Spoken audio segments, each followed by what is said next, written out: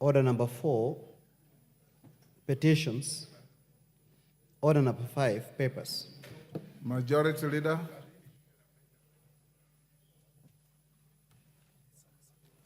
Thank you very much, Honorable Speaker. Honorable Speaker, I beg to lay the following papers on the table of the House today, Tuesday, July 30th, 2024. The following statutory instruments and the accompanying explanatory memorandum, regulatory impact assessment, and report on stakeholders' engagement for the Ministry of Agriculture, Livestock and Development. 1. Legal notice number 99 of 2024 relating to the pest control products, labeling, advertising, and packaging regulations 2024. 2. Legal notice number 100 of 2024 relating to the pest control products, inspection, and certification regulations 2024. 3. Legal notice number 101 of 2024 relating to the pest control products, importation and exportation regulations 2024. 4. Legal notice number 102 of 2024 relating to the pest control products, fees and other charges regulations 2024. And finally, legal notice number 103 of 2024 relating to the pest control products disposal regulations 2024. I thank you, Honorable Speaker, and I beg to lay.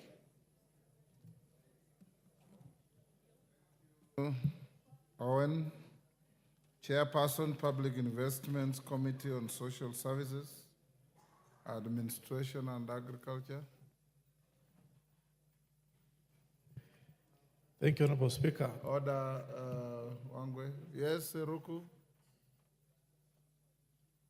Thank you, sir. Thank you, Honorable Speaker. I made a request for statement several months ago on pest. We have not reached statements. We are on papers. We are at order number 5. Statements are at order number 7. Go on, Honorable Wangwe. Thank you, Honorable Speaker. Honorable Speaker, I have 2 papers to lay. Honorable Speaker, I beg to lay the following paper on the table of the House today, Tuesday, 30th July, 2024. The 3rd report of the Public Investments Committee on Social Services, Administration and Agriculture on its consideration of the reports of the Auditor General on the financial statements of the following state corporations. 1. Kenyatta National Hospital, financial year 2018-2019 and 2019-2020. 2. Kenya Medical Supplies Authority, financial year 2017-2018 and 2018-2019. 3. Kenya Veterinary Board, financial year 2018-2019, 2019-2022, and 2020-2021.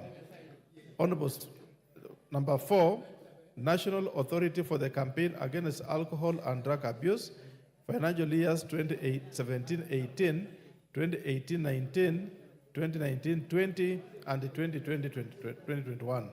5, Kenya Broadcasting Corporation, financial years 2000 to 2001, 2001-2002, 2002-2003, 2003-2004, 2004-2005, 2005-2006, 2006-2007, 2007-2008, 2008-2009, 2009-2010, 2010-2011, 2011-2012, and 2012-2013. Thank you, Honorable Speaker. Honorable Speaker, the second paper, Honorable Speaker, I beg to lay the following paper on the table of the House today, Tuesday, 30th July, 2024.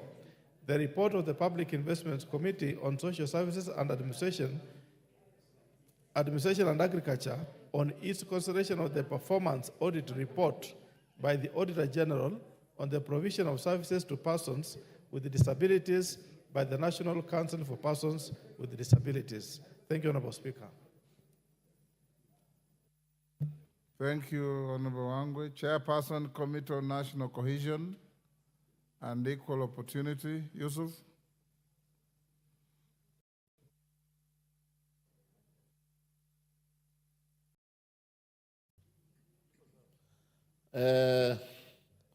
Honorable Speaker, sir, I beg to lay the following papers on the table of the House today, Tuesday, 30th July 2024.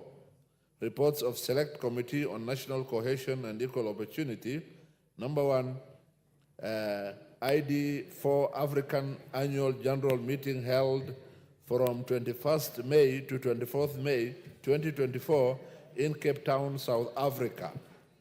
Number two, Peace Mediation Conference held in Bologna, Italy from 13th to 23rd of May 2024. Three, inspection visit to 14 special need schools in specified counties as shown. Thank you.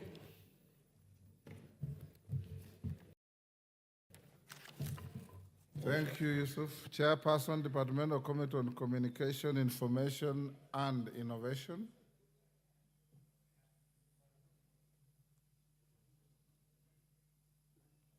KJ?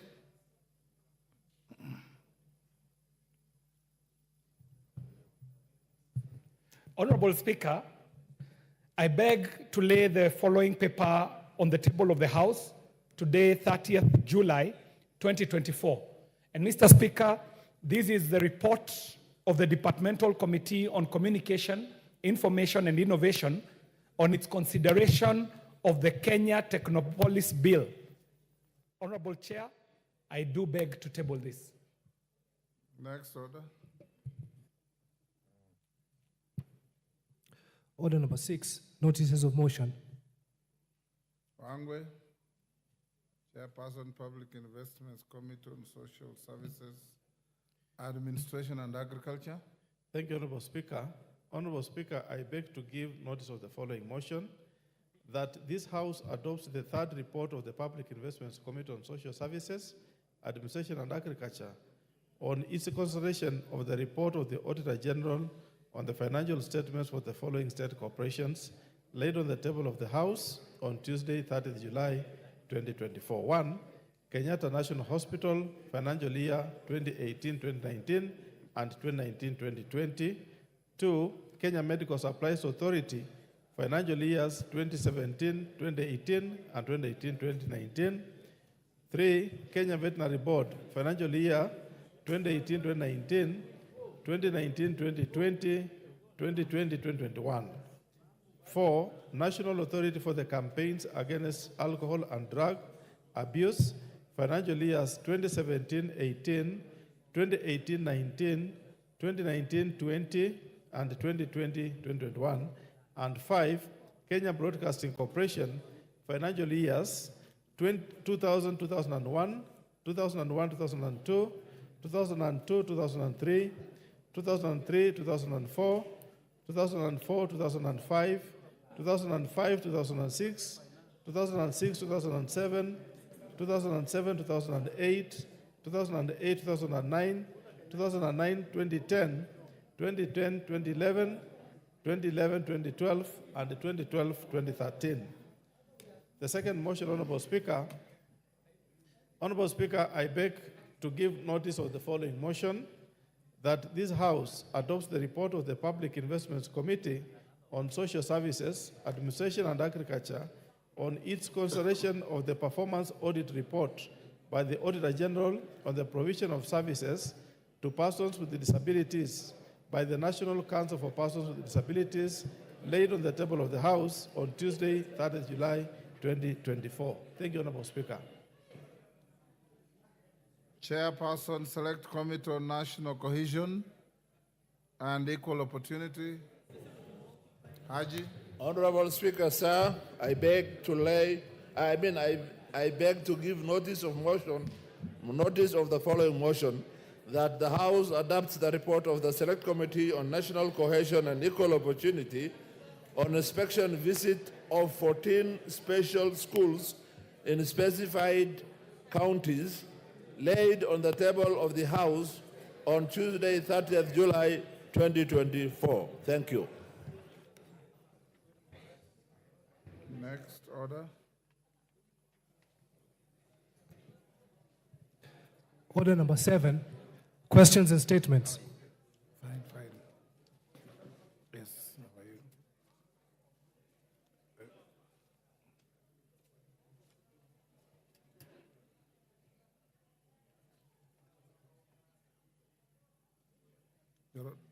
We don't have any questions.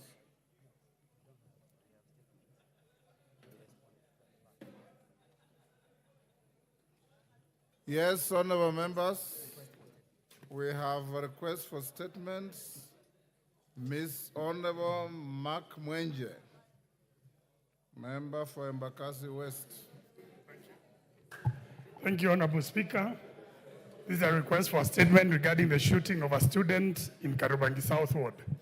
Honorable Speaker, pursuant to Standing Order 44-2C, I rise to request for a statement from the chairperson of the Departmental Committee on Administration and Internal Security regarding the shooting of a student at Nairobi River Primary School in Karubangi South Ward.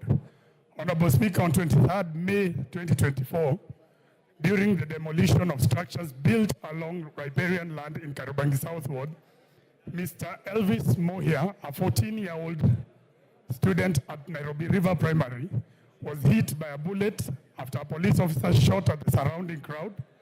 The minor was rushed to Huruma Nursing Hospital and later referred to Kenyatta National Hospital, where he underwent surgery. The mother to the minor reported the case on 27th May 2024 at Kariobangi Police Station and was first assigned an OB number 56/23/05/2024 and later assigned OB number 37/29/05/2024 on 29th May 2024.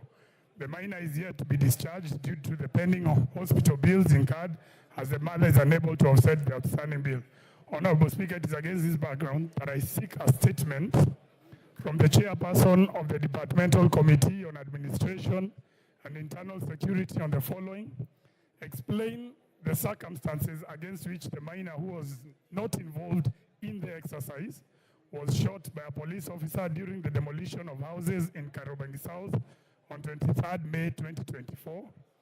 Provide a report on the status of investigations into the shooting, including action taken against the police officer liable, and give a status report on measures the government has put in place to offset the hospital bills for the young man owing to the injuries sustained to ensure adequate compensation for the lost school time. Thank you, Honorable Speaker. Honorable Speaker, if I may have the attention of the Speaker. Yes, Mwenje? Thank you, Honorable Speaker. I wanted to draw your attention further to this statement. Yes. Honorable Speaker, this child, the mother, and they live in a slum which is known as City Carton, is being charged 388,000.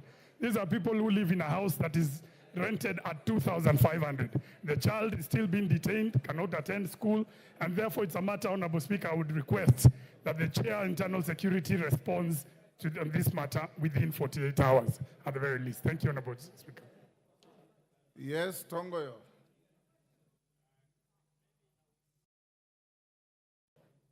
Are you able to respond on Thursday afternoon? I will, sir. Yes. Thursday afternoon. That's a week. Mwenje? This Thursday. Okay, give me to do it on Tuesday, sir. Mr. Tuesday? Speaker. Yeah. Okay, Mark, you can wait for Tuesday. That's a week. Honorable Doris Donya, member for Kisii County. Thank you, Mr. Speaker. I wish to request for a statement regarding theft and vandalism of Kenya Electricity Transmission Company infrastructure in Kisii County. Honorable Speaker, pursuant to the provisions of Standing Order 42C, I rise to request for a statement from the chairperson of the Departmental Committee on Energy regarding the increased theft and vandalism of Kenya Electricity Transmission Company KETRACO infrastructure in the country, particularly in Kisii County. Honorable Speaker, on the morning of Tuesday, 7th May 2024, the entire Kisii County was plunged into a power outage after a suspected gang attacked the Kenya Electricity Transmission Company, KETRACO, in Kegati sub-county and vandalized key power equipments. This attack caused losses of lives due to the disruption of the operation of critical life support equipment in hospitals, as well as loss of business opportunities that are dependent on electricity supply. Honorable Speaker, cases of theft and vandalism of power transmission equipment are not new in Kisii County and indeed in the other parts of the country. Sadly, KETRACO seems to be doing little to avert this rampant menace. It is unfortunate to note that KETRACO has been doing little to avert on the fateful day of the theft and vandalism of power transmission equipment at the Kegati substation. The CCTV cameras were not in place, thereby making it difficult to identify and track the perpetrators of the destructive acts. Honorable Speaker, it is against this background that I request the chairperson of the Departmental Committee on Energy to appraise the House on the following. 1, the strategies that the ministry intends to implement to track down and prosecute all KETRACO infrastructure vandals. 2, the action plans the ministry has put in place to ensure proper security measures for the expensive KETRACO equipment that has cost a lot of taxpayers' money. And lastly, the support mechanisms that the ministry is instituting to aid businesses, hospitals, and citizens whose daily operations are negatively affected by the power outages. Mr. Speaker, for the power outages, for example, the diabetic patients who use insulin and they don't have power. That is the great injustices, Mr. Speaker, to the patients. Thank you very much. Chair Energy. Is the Chair Energy Kawaya? Is he in the House? Any member from the Energy Committee? Mandazi? Yeah, thank you, Speaker. Indeed, we have, as a committee, sat and considered the case, and especially the case from Kisii. Bring a statement in 2 weeks. Yes, in 2 weeks, Mr. Speaker. Honorable Mashua Waithaka, member for Kiambu. Yes. Honorable Speaker, thank you very much. Honorable Speaker, pursuant to the provisions of Standing Order 44.2c, I wish to request for a statement from the chairperson of the Departmental Committee on Energy regarding the rampant vandalization of Kenya Power Company, KPLC, transformers in Kiambu constituency and other parts of the country. Honorable Speaker, electricity is crucial to modern economic activities and is an essential input to many public services. Unfortunately, over the past 3 years, Kiambu constituency and other towns across the country have been grappling with frequent power outages due to an increase in vandalism of Kenya Power and Lightning transformers. For areas such as ACK Riabai Church, Latina Town, and Riabai Shopping Center in Riabai Ward, Kiambu High School area, Kagongo and Tinganga wards in Kiambu constituency, have been severely affected by vandals. This has resulted in frequent power outages, occasioning suffering through disruption of daily activities, loss of perishable goods, and compromised security due to non-functional streetlights and alarm systems. Additionally, local businesses, especially in the hospitality sector, suffer significant financial losses due to these outages. Further, essential services such as healthcare facilities and schools have been affected, compromising the standards of health and living. Honorable Speaker, it's against this backdrop that I request a statement from the chairperson of the Departmental Committee on Energy on 1, the status of investigations, if any, into the rampant vandalism of Kenya Power and Lightning transformers in the country in general, and in Kiambu constituency in particular. 2, any plans that the government has to protect Kenya Power transformers from vandalism. And 3, measures being taken to mitigate the impact of power outages on local businesses and essential services across the country. Thank you, Honorable Speaker. Honorable Mashua. Chair Energy. Wapi mandazi tena? Mandazi?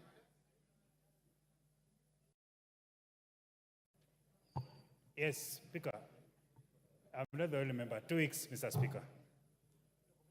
But you should note that those two statements are all about vandals against power installations in the country. Yes, Mr. So Speaker. you better bring a comprehensive statement to assure the House and the country that power installations that are critical to every sector of the economy and our lives are safe.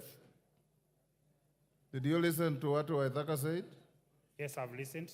Together, I've heard the statement from Honorable from Kisi. Okay. Thank you. Thank you. Honorable members,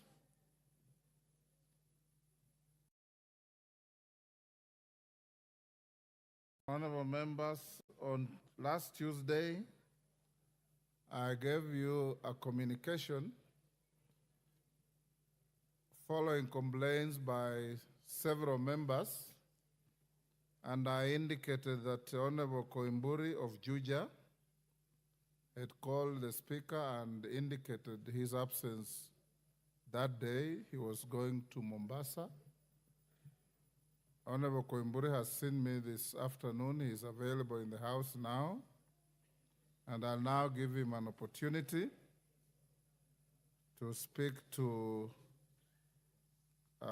his issue that led to, among others, Honorable Munyoro, Honorable Lelmengit, Honorable Kagiri, Honorable Mutunga, Honorable Didmas Baraza, and others writing to the Speaker, and those who have also come to the Speaker's chamber to raise verbal complaints.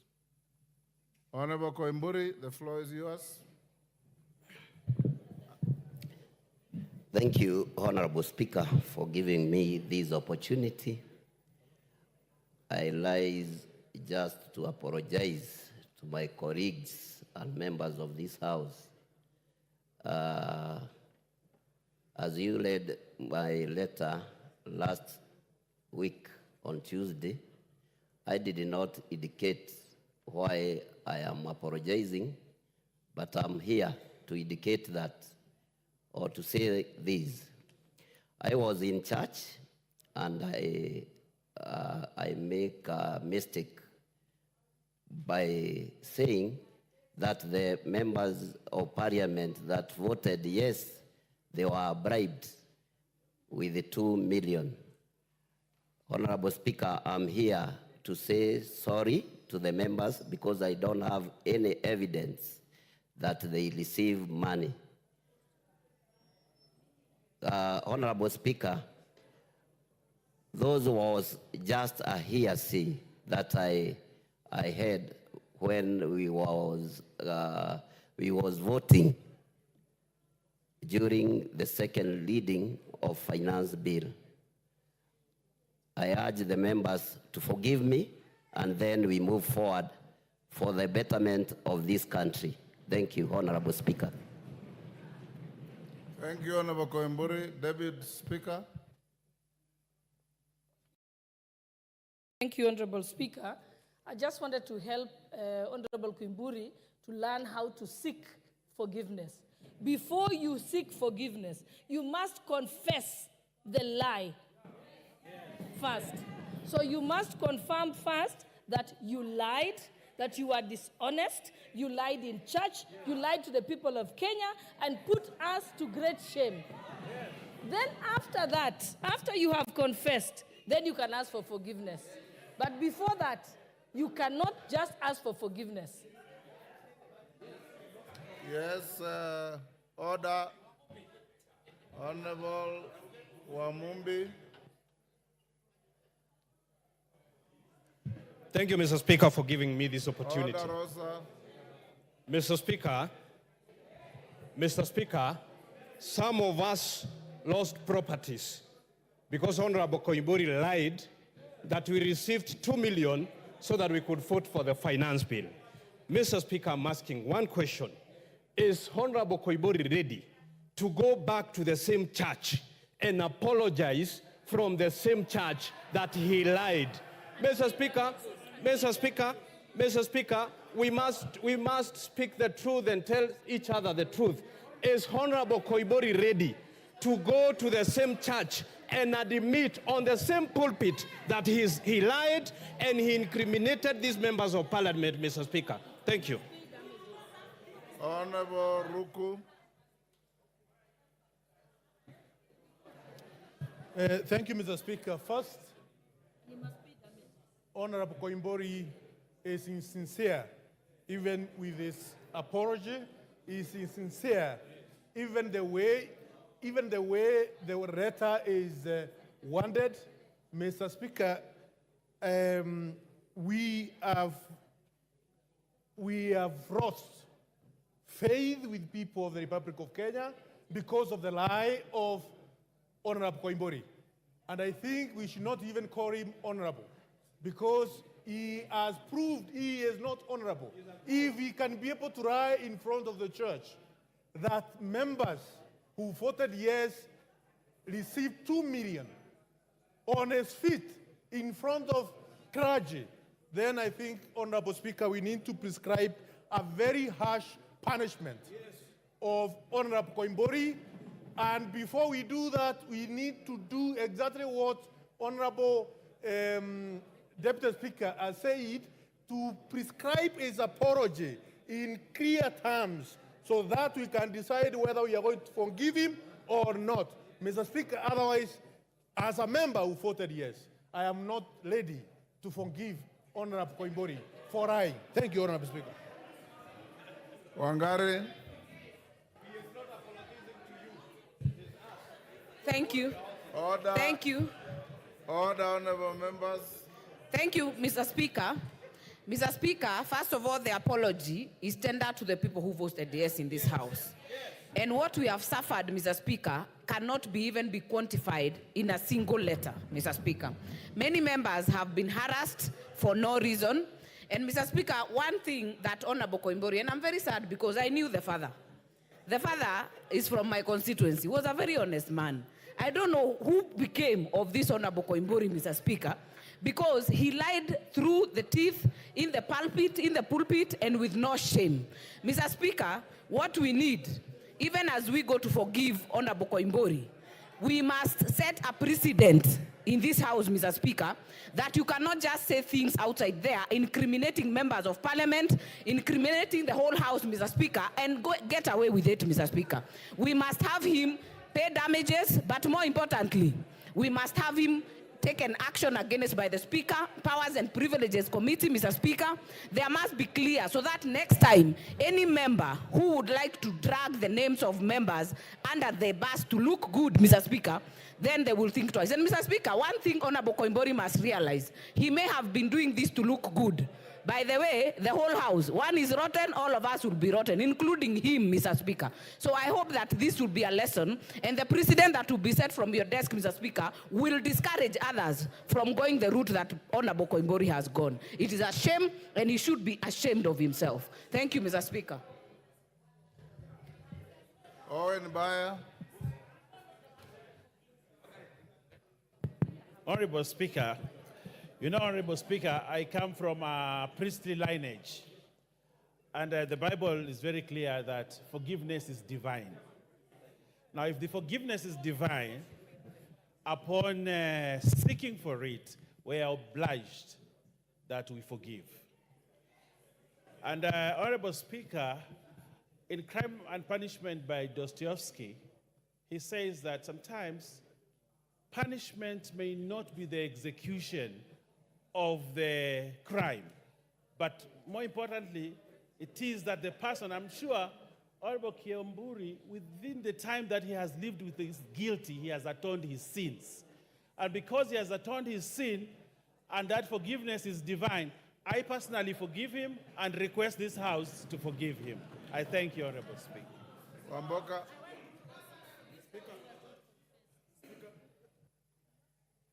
Thank you, Honorable Speaker.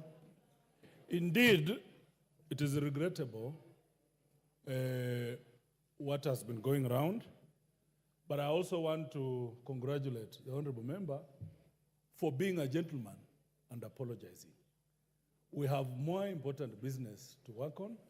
And just to my brother like Ruku, there are more atrocities that have been committed in this house, including taking people's signatures, and we don't know where you took them. That was more serious. So, Honorable Speaker, yes, the honorable member made a mistake. He has owned up the mistake and apologized. Thank you, honorable member. Two wrongs don't make a right. Forgive him and proceed, Honorable Speaker. We have more important business for this house. Kenyans are watching at us. Mr. Speaker, let's rest this matter. Asante sana, Mheshimiwa Speaker. Mr. Speaker, thank you for this opportunity. Mr. Speaker, the standing orders of this House does not describe what an apology should look like in this House. The honorable member has actually apologized. Mr. Speaker, it doesn't matter if he got the figures wrong or if he got the facts wrong, but he's apologized. And on that note, Mr. Speaker, I think the onus is on us to forgive him as a House. Thank you, Mr. Speaker. Yes, Majority Leader. Thank you, Honorable Speaker. Honorable Speaker, let me begin first by appreciating what has been said by other members about forgiveness and commend the Honorable Koimburi, because we are all men and women, and I say men in the parlance of the Bible, men and women, and we are honorable men and women, and we ought to carry. Honorable Speaker, I beg you protect me from the Honorable Betty. I say, Honorable Speaker, that we are seen and viewed to be honorable men and women. And it is perceived, or it should be, that we are among the very best in our society because our people elected us as among the best of the people in their constituencies. And I'm sure even the people of Juja elected the Honorable Koimburi, believing he was one of the best amongst the people of Juja. And therefore, he has been very magnanimous to apologize. And the book of 1 John 1:9.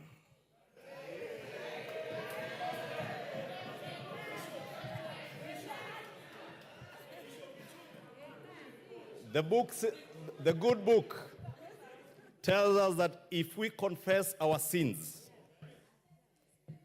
he, meaning God, is faithful and just and will forgive us our sins and purify us from all unrighteousness. I think, Honorable Speaker, I have listened to what members across the aisle have said, that if you seek forgiveness, you shall be forgiven.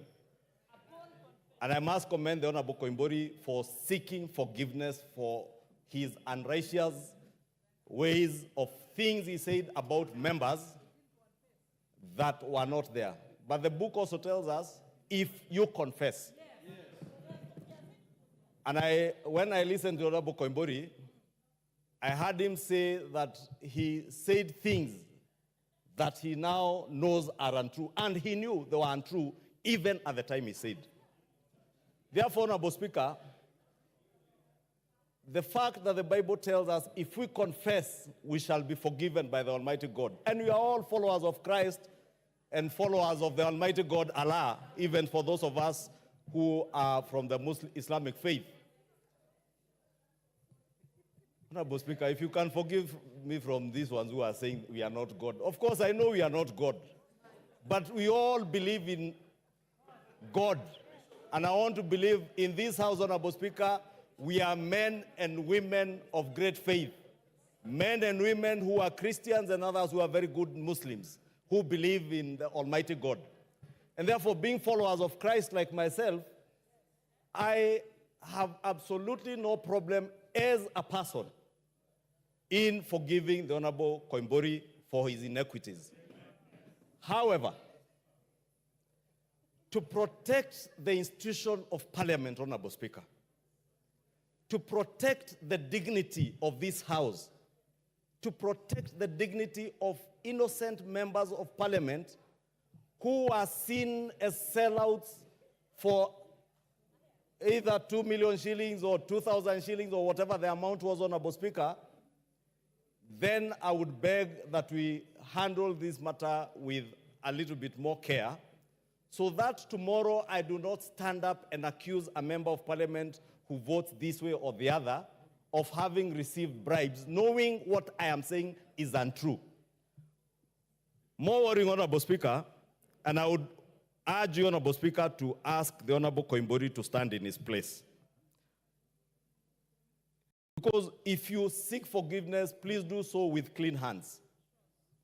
When the Honorable Koimburi wrote that letter last week, Honorable Speaker, that letter was delivered to your office in the evening.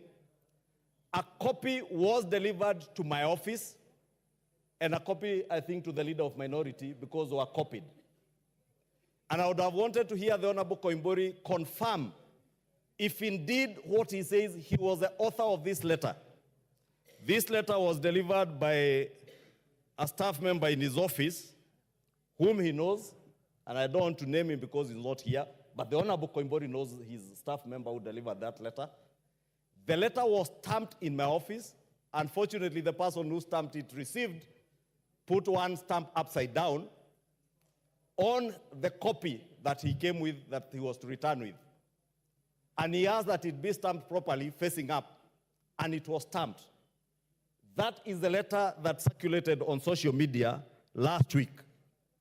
The Honorable George Koimburi, on his social media platform, specifically on his Facebook page, stamped the same letter fake and said it is fake news. I would therefore have been more convinced to believe in the seeking of forgiveness by Honorable Koimburi if he also came out clearly to tell the people of Kenya whether the dishonesty exhibited on his Facebook page is not the same dishonesty he now seeks to exhibit on the floor of this House, pretending to seek forgiveness that he does not mean. But if the Honorable Koimburi can confirm to me and to this House that even his actions on Facebook page that day were informed by other factors other than the truth, Honorable Speaker, and confirm he was the author of this letter, then I am more than willing myself to forgive the Honorable Koimburi. Failure to do that, Honorable Speaker, and that's why I say there must be a balance between our faith and the dignity and honor and respect of this House, Honorable Speaker. Failure to do that, then I would strongly recommend, because Honorable Koimburi cannot be in a church and allege one thing, come and draft a letter seeking forgiveness, then the same evening post on social media that the letter is fake. A week after, appear on the floor of this House now saying a different thing. Which George Koimburi do we believe? Which George Koimburi are we seeing here? Which George Koimburi is here? Is it the George Koimburi who lies in church? Is it the George Koimburi who stamps letters fake on social media?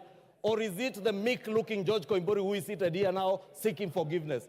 If this George Koimburi seated here seeking forgiveness, Honorable Speaker, is the same Koimburi, I forgive him.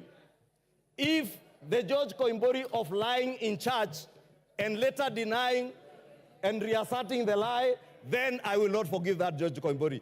But the George Koimburi who is here, if he wants to be honorable, if he wants to dignify this House, he must come out clean, confess, one, to the lie he said in church, confess to the lie he sold on social media. If he comes out clean, I am more than willing to forgive the Honorable George Koimburi and ask the Almighty God to also forgive him for having lied in church.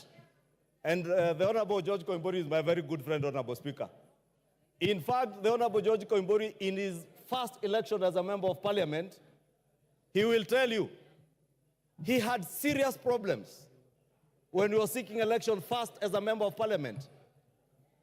The Honorable George Koimburi was elected never having set foot in a single political rally in Juja constituency. He campaigned when he was in hiding. And he knows the only place he could come to when he was in hiding was to my house for me to facilitate him to be able to facilitate his campaign. And these are facts of life, Honorable Speaker. And the Honorable Koimburi knows. I have invited him to my house, facilitated his campaign. And that is why, as a friend, I choose to forgive him if he confesses the dishonesty. And therefore, Honorable Speaker, I will ask, before you conclude, the Honorable George Koimburi to rise in his place and clarify the matter of the letters, because that is pertinent for me and for many members to know whether indeed is genuine in the seeking of forgiveness. Thank you, Honorable Speaker. Order, Rosa Buyu. Order, Rosa Buyu. Order, Rosa Buyu. You are being disorderly. Then go out without causing disorder. Wamrata.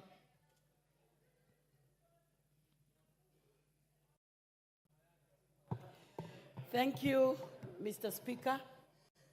I stand to address this issue of Koimburi. Having come from the same county with him and being his mama county, I, number one, was very embarrassed at the situation that Koimburi put us in. And I see as members continuing shouting at one another at this point, I'm trying to ask myself whether all of us got to know the magnitude of destruction that statement made to this country. And it is about all of us. Yes, and somebody is calling me Bibia Bishop, and you knowing that I'm a wife of a clergy, and having sat here to take 2 million shillings to go and sell my county, that to me meant that I am not only a rogue, but I am also not respecting my Christian faith. But all said and done, Mr. Speaker, I would want to say this. It is very hard for a Kikuyu man to say sorry. It never comes out easily from a Kikuyu man. I may not know about other communities, but I can confess that for a Kikuyu man, it is never easy to say sorry.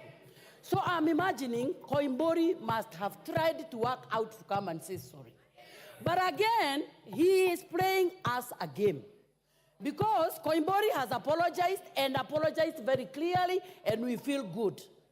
But the same Koimburi has put the same letter in his social media and said it is a fake letter.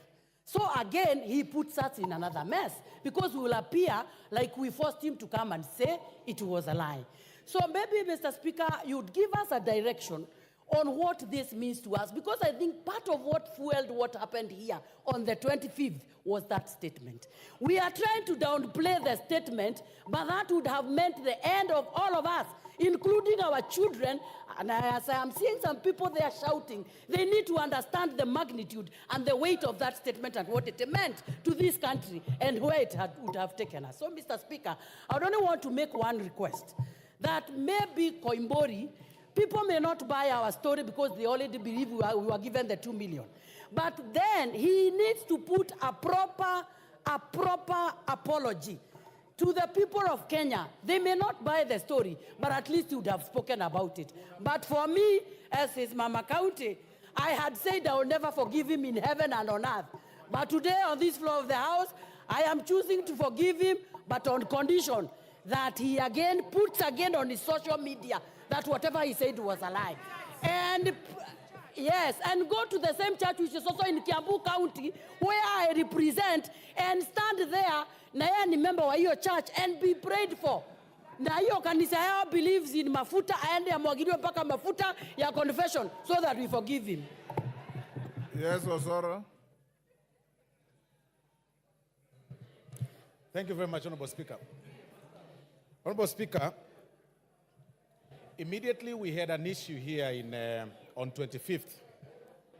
That Sunday, Honorable Speaker, I tried to attend some church, a men's conference in Ruiru constituency, Honorable Speaker.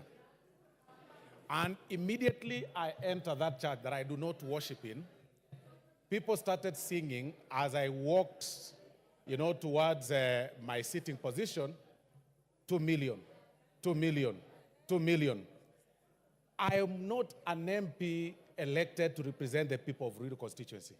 And I was left wondering, Honorable Speaker, if this is what I am facing, a person elected in, a constituency that is about 500 kilometers from the place I attended church, Honorable Speaker, I couldn't help but sympathize with the situation of the Member of Parliament for Ruiru, Honorable Speaker. This is what these members are talking about. The members seated on the opposite side of this House, Honorable Speaker, may not be aware of what these members seated this side went through, Honorable Speaker. It is extremely difficult to simply just say, by a mere expression or attendance of this honorable member in the floor of the House and just saying, please forgive me, to them it sounds so easy that just forgive. But what, Honorable Speaker, we are asking is that the Member of Parliament goes an extra mile. And to some of us, Honorable Speaker, that really campaigned for him. There's some of us who went out there when he went there when he was vying in the first term. And when he did not even know us by name, Honorable Speaker, during the by-elections. And people contributed. Then even after that, Honorable Speaker, after he won in his second term, he came to my office when he had a petition. And we actually won in his petition. He was awarded the costs. He did not even forgive the petitioner that was running against him. He's actually telling me that you must attach his property. He's here telling us that we forgive him when we've lost 1 million property, Honorable Speaker, across the country. The honorable member from Nyeri, the honorable from one of the Kieni, the honorable Chieni, Honorable Speaker, lost 3 supermarkets. 3 supermarkets. I mean, worth 5 billion shillings, Honorable Speaker. And any time he was actually walking around, 5 million, I'm sorry, 500 million. 5 billion plus the house, Honorable Speaker. And people were singing to his house saying, you have 2 million. In the minds of the people in the villages, Honorable Speaker, they think 2 million is a huge amount that can build supermarkets, that can stock the entire supermarket. And Honorable Koimburi did not even stop at that, Honorable Speaker. He went ahead in another function in the company of another top government official of this country and repeated the same words, Honorable Speaker, in another function, Honorable Speaker. So we do not know what apology was he seeking for. Was it for the first mistake of saying a lie, or the second mistake of repeating the lie, and the third mistake of writing on social media and in his own letter that he served in your office and the majority leader, and still posted it on social media and said fake? So which apology should we take? Is it the first, second, or third apology, Honorable Speaker? And as I conclude, Honorable Speaker, I believe this House has got rules and regulations and the procedures to follow. My opinion, Honorable Speaker, could be that the Honorable Koimburi be subjected to the Powers and Privileges Committee so that he can explain himself if he can't do it in the entire floor of the House. And he can have, his issues heard, Honorable Speaker. Thank you. Honorable members, I want to bring this to an end. Honorable Kimuri, did you label the letter that you sent to my office and I read to this House as fake? Before I give direction. Order. Thank you, Honorable Speaker. The letter that Majority Leader is talking about, the account that was posted that letter, it's not my account. That was a fake account. In my Facebook, you can check. There is 2 accounts, Honorable George Koimburi account and Honorable George Koimburi Juja 1. The Juja 1 is a fake account. My account is George Koimburi. You can check even in your phone. You can open it. The letter was posted in a fake account. I stand to say, I stand, Honorable Speaker, I stand to ask my honorable members of this House to forgive me. Forgive me. I will never repeat it again, honorable members. Just forgive me, because I had hearsay. Prevent me, Honorable Speaker, Honorable please. members.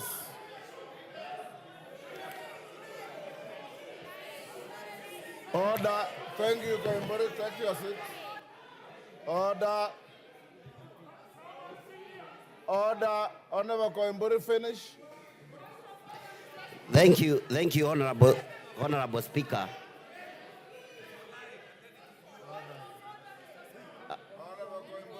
As I said before, Honorable Speaker, there was a hearsay that honorable members who voted yes in a second reading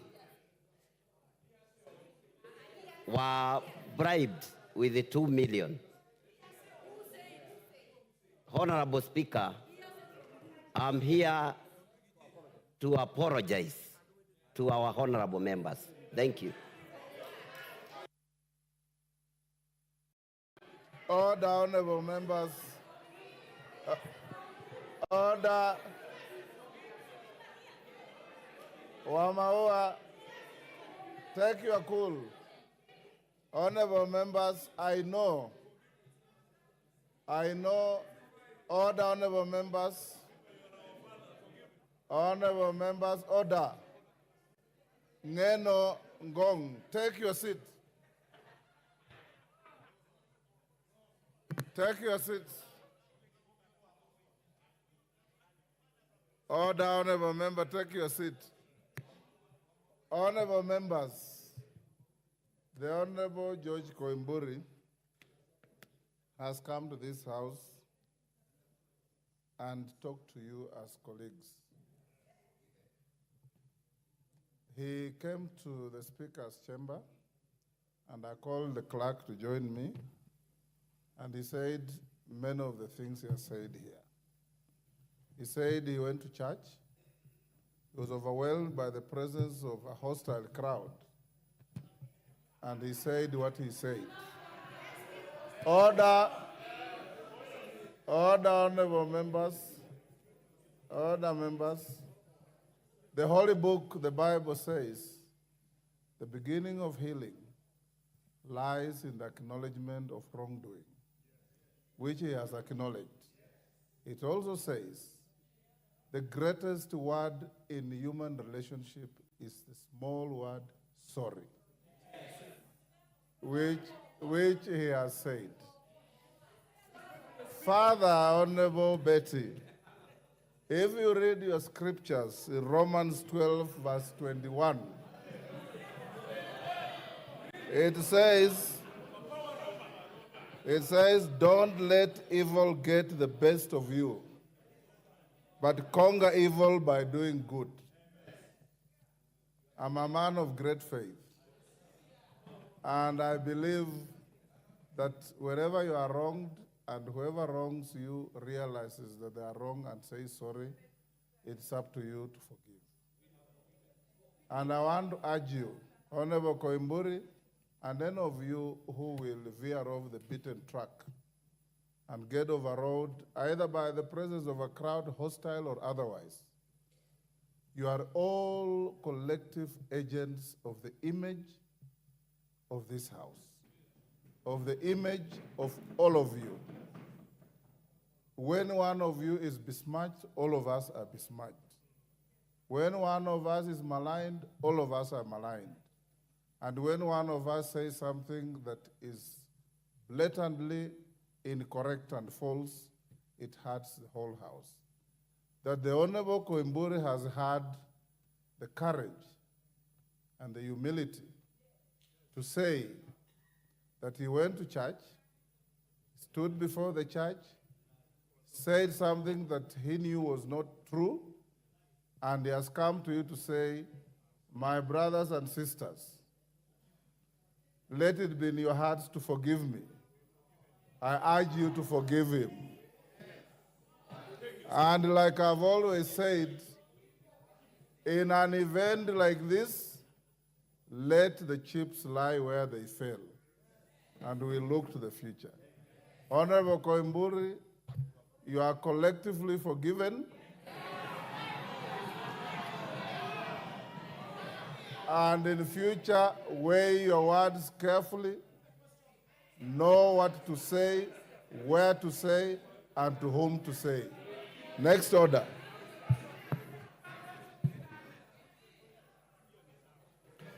Order number 8, motion.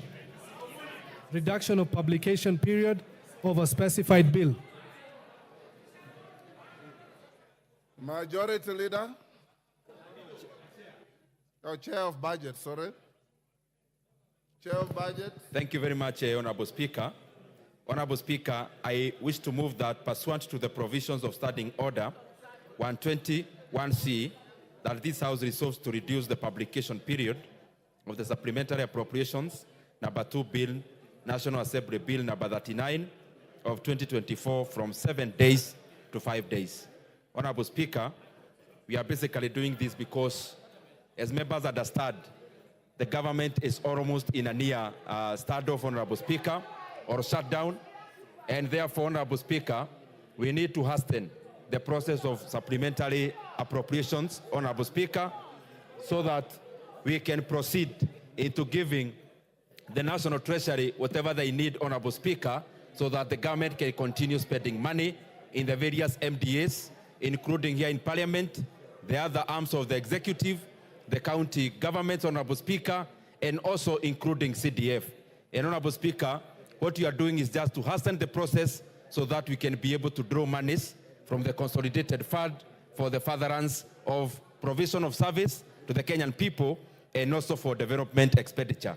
Honorable Speaker, I wish to request the chair for JLAC, the Honorable Murugara, and the former managing partner of a very serious law firm, Dentons, to second these motions. Yes, Murugara. All right. Thank you very much, Mr. Speaker. Mr. Speaker, I beg to second this motion, a very important motion, as moved by the chairperson of the Budget and Appropriations Committee. Mr. Speaker, sir, the appropriations we are just about to make are crucial to the national government and to the county governments. It's vitally important that funds are provided so that the two governments can actually run and do their affairs. The same extends to this House when it comes to the second arm of government, the legislature, and also to the third government of the country, which is the judiciary.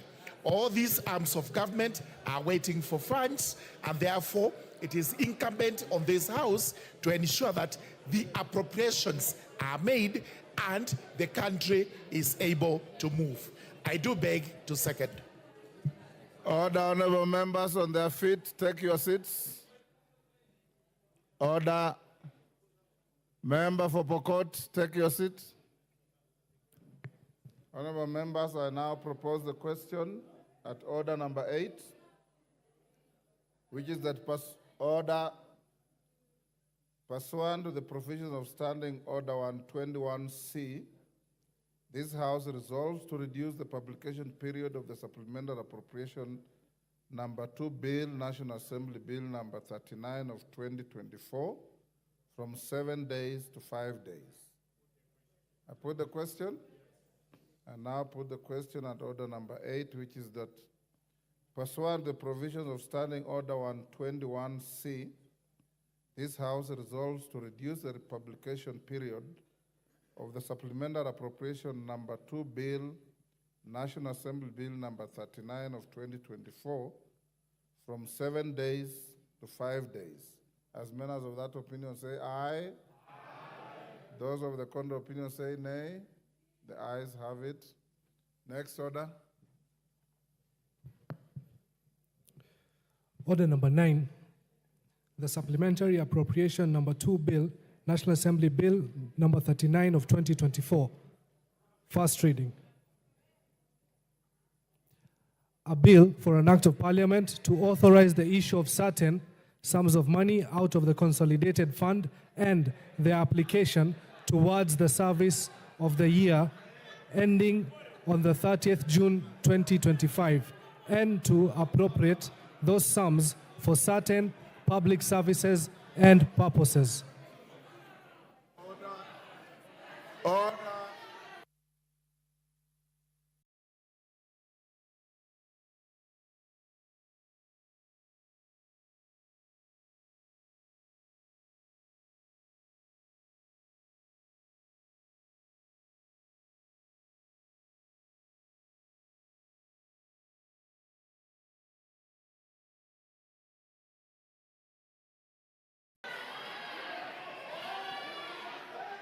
Order, honorable members, order. Yeah? Yes. Order. Order, Ruku. Order. Take your seats.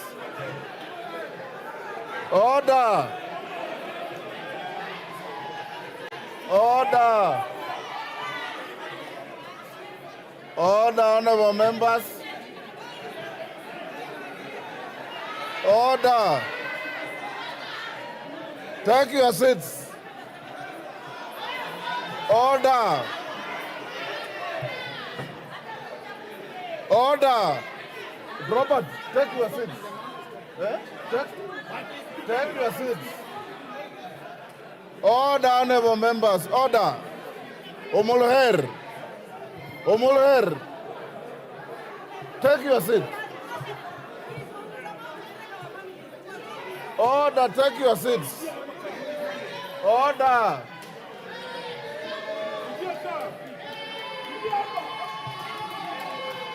Order, honorable members. Order. Order, Rosa. Take your seats. Order.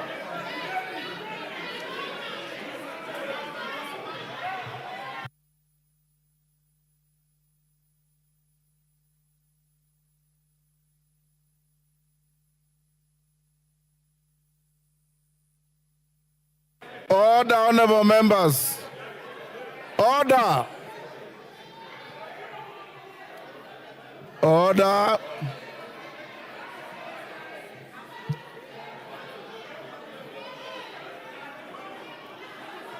Order.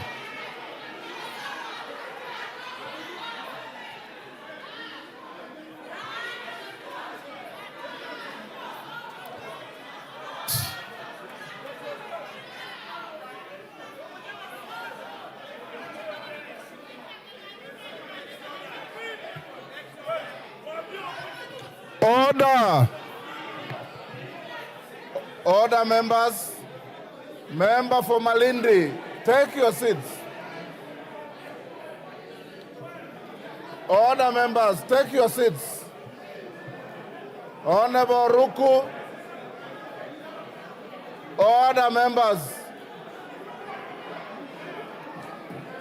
Order. Order, members, take your seats. Honorable Jalango. Order. Order. Order. Take your seat. Take your seat.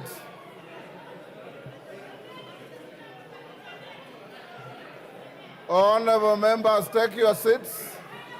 Jalango, take your seat. Honorable Mwenje, you are the whips. You should be helping the House to be orderly. Order, Naisula, order. Order. Order. Honorable members, order. Honorable members, order. Order, honorable members. I don't know if what I've been told is true, that the honorable ladies were going to embrace Honorable Koimburi. If it is true, it was honorable. But if anybody, order, order, order, order, honorable members, but I can also read the body language of members. The menacing manner in which I saw the honorable member for Garissa, is it for Mandera, Honorable Mulher, and my own commissioner, Faith Gitau. We have always operated under a false impression that the custodians of peace are our women. Now that becomes totally fallacious. And now that that drama is over, you have provided enough comic relief in the House. Now let's get back to business. Honorable Koimburi, you are absolutely safe and protected. You can go back to your seat if you are not comfortable where you are sitting. But the rules of the House say, order, order, order. Rosa Buyu. It is amazing how you are wailing louder than the bereaved. It's totally amazing how you are wailing louder than the bereaved. But let's go to the next order. Order number 10, the Supplementary Appropriation number 2 Bill, National Assembly Bill number 39 of 2024, second reading.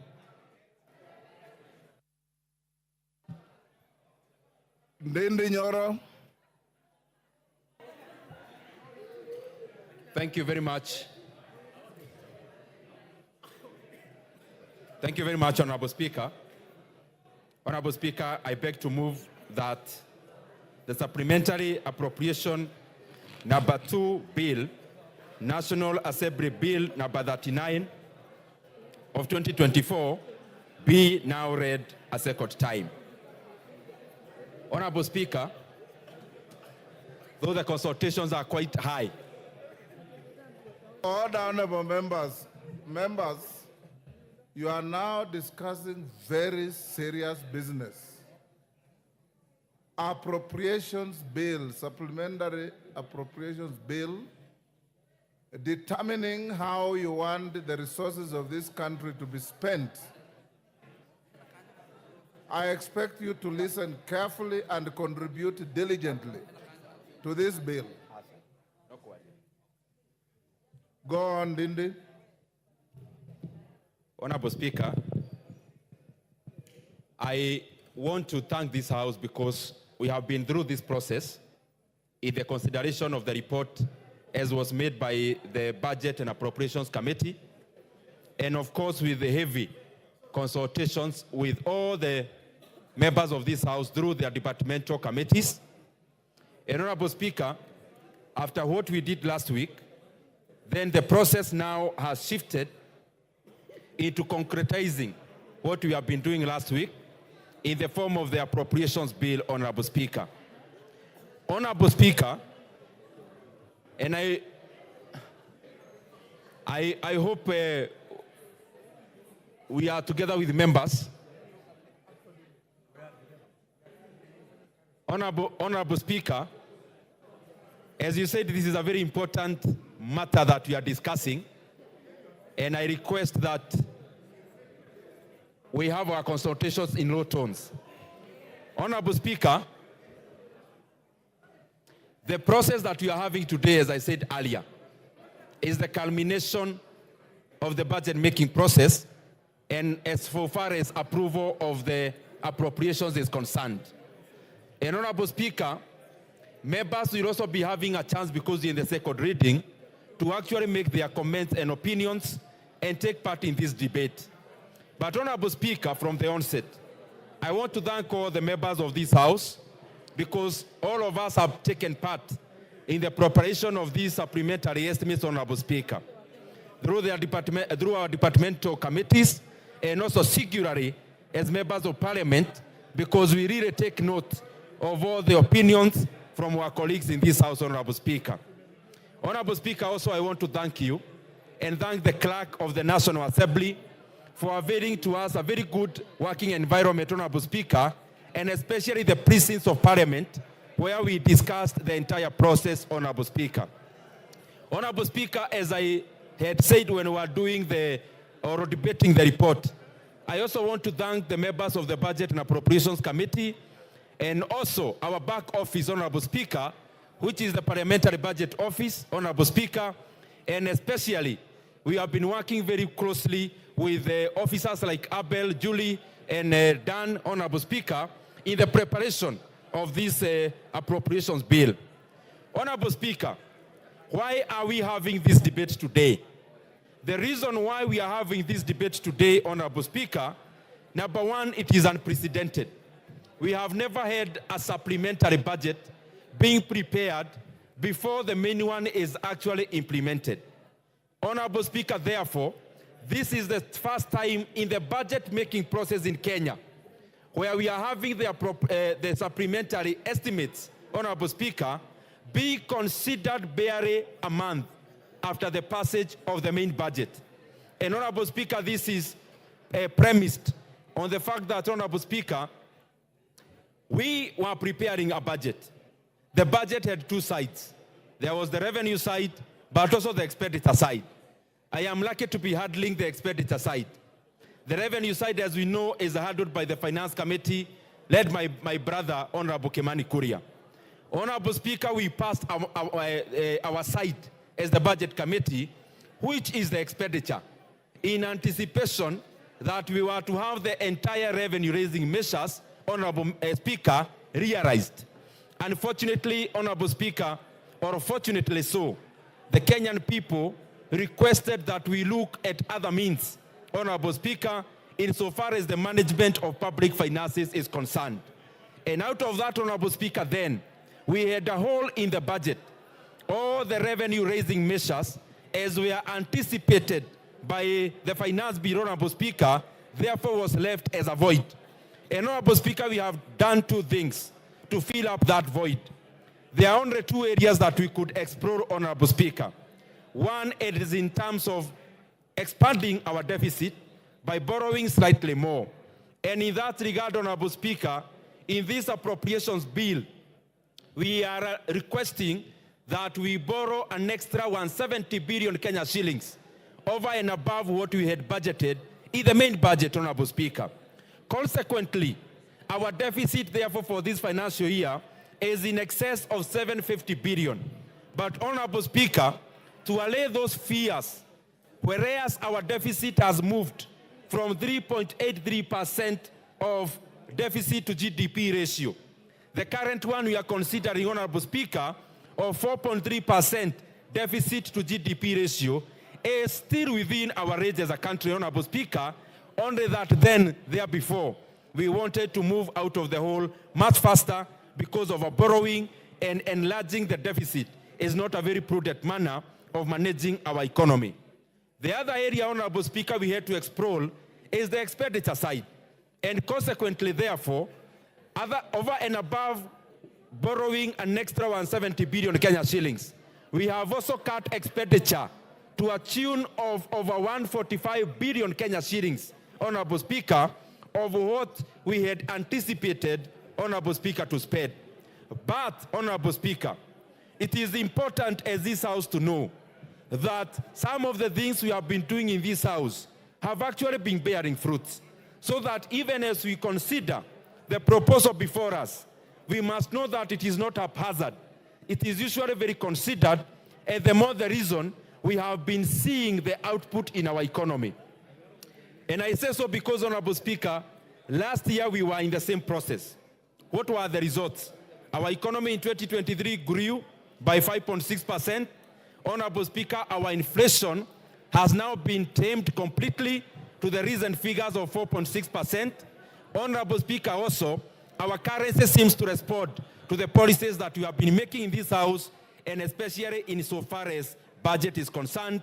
And that is why our currency against the greenback has been gaining now close to 20% this year alone, Honorable Speaker, and much more in comparison to the regional currencies. Honorable Speaker, what are the other areas of consideration when we were making this supplementary budget, Honorable Speaker? One, we know that it is just out of semantics that we are calling it supplementary one. But in practice, Honorable Speaker, what we are passing today is actually the main budget. And I say so because the main one was not implemented. What will get implemented is actually what is contained in here. And I see members are already reading it. Members are already consulting on the contents in this bill, Honorable Speaker. What is the content here, Honorable Speaker? The budget we are considering is a budget of roughly 3.84 or thereabout trillion Kenya shillings, Honorable Speaker. 3.8 trillion, just to roughly approximate. Honorable Speaker, if you look at the revenue side, we have been able to downgrade our projections. And other than the 2.9 billion shillings we anticipated, Honorable Speaker, in the main budget, we will now be raising just above 2.6 trillion Kenya shillings. Honorable Speaker, the A&A in this budget is just around 440 billion Kenya shillings. But also, Honorable Speaker, as I said before, the deficit is over 700 billion Kenya shillings. But what is on the expenditure side? On the expenditure side, Honorable Speaker, I just want to highlight a few elements.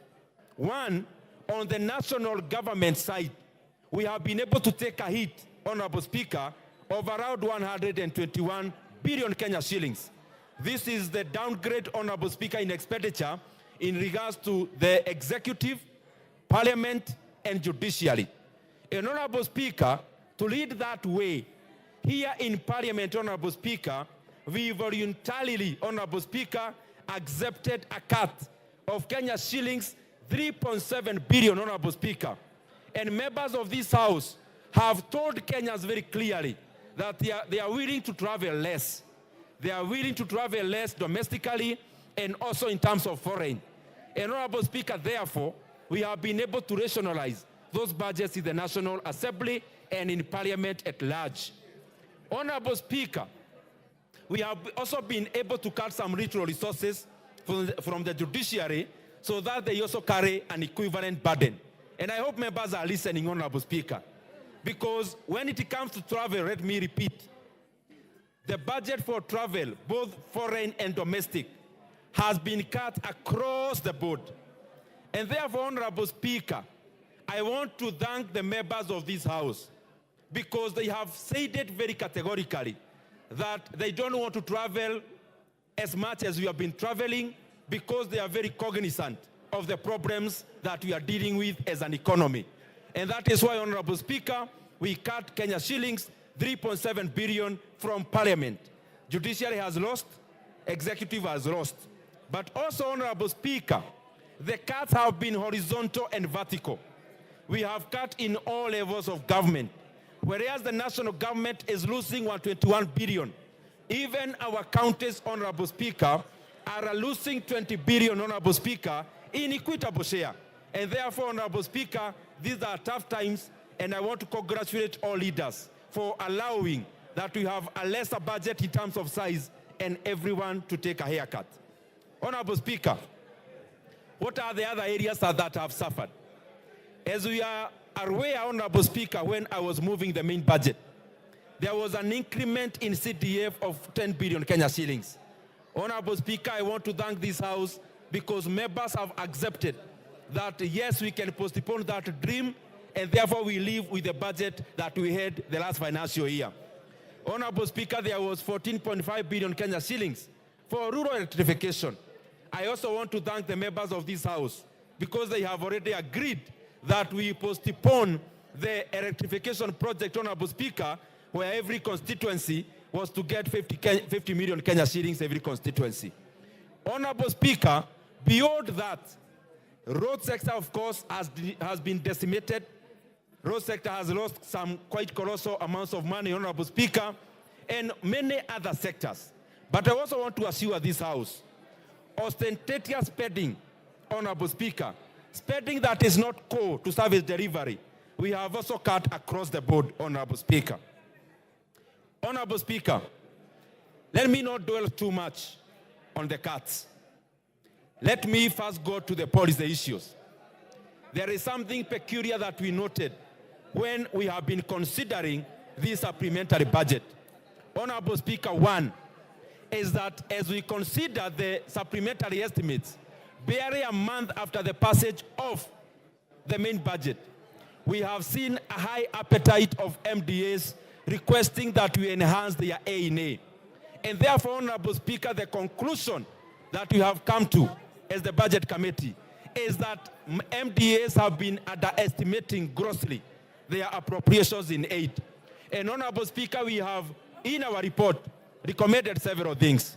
We have seen very clearly that our country is very rich.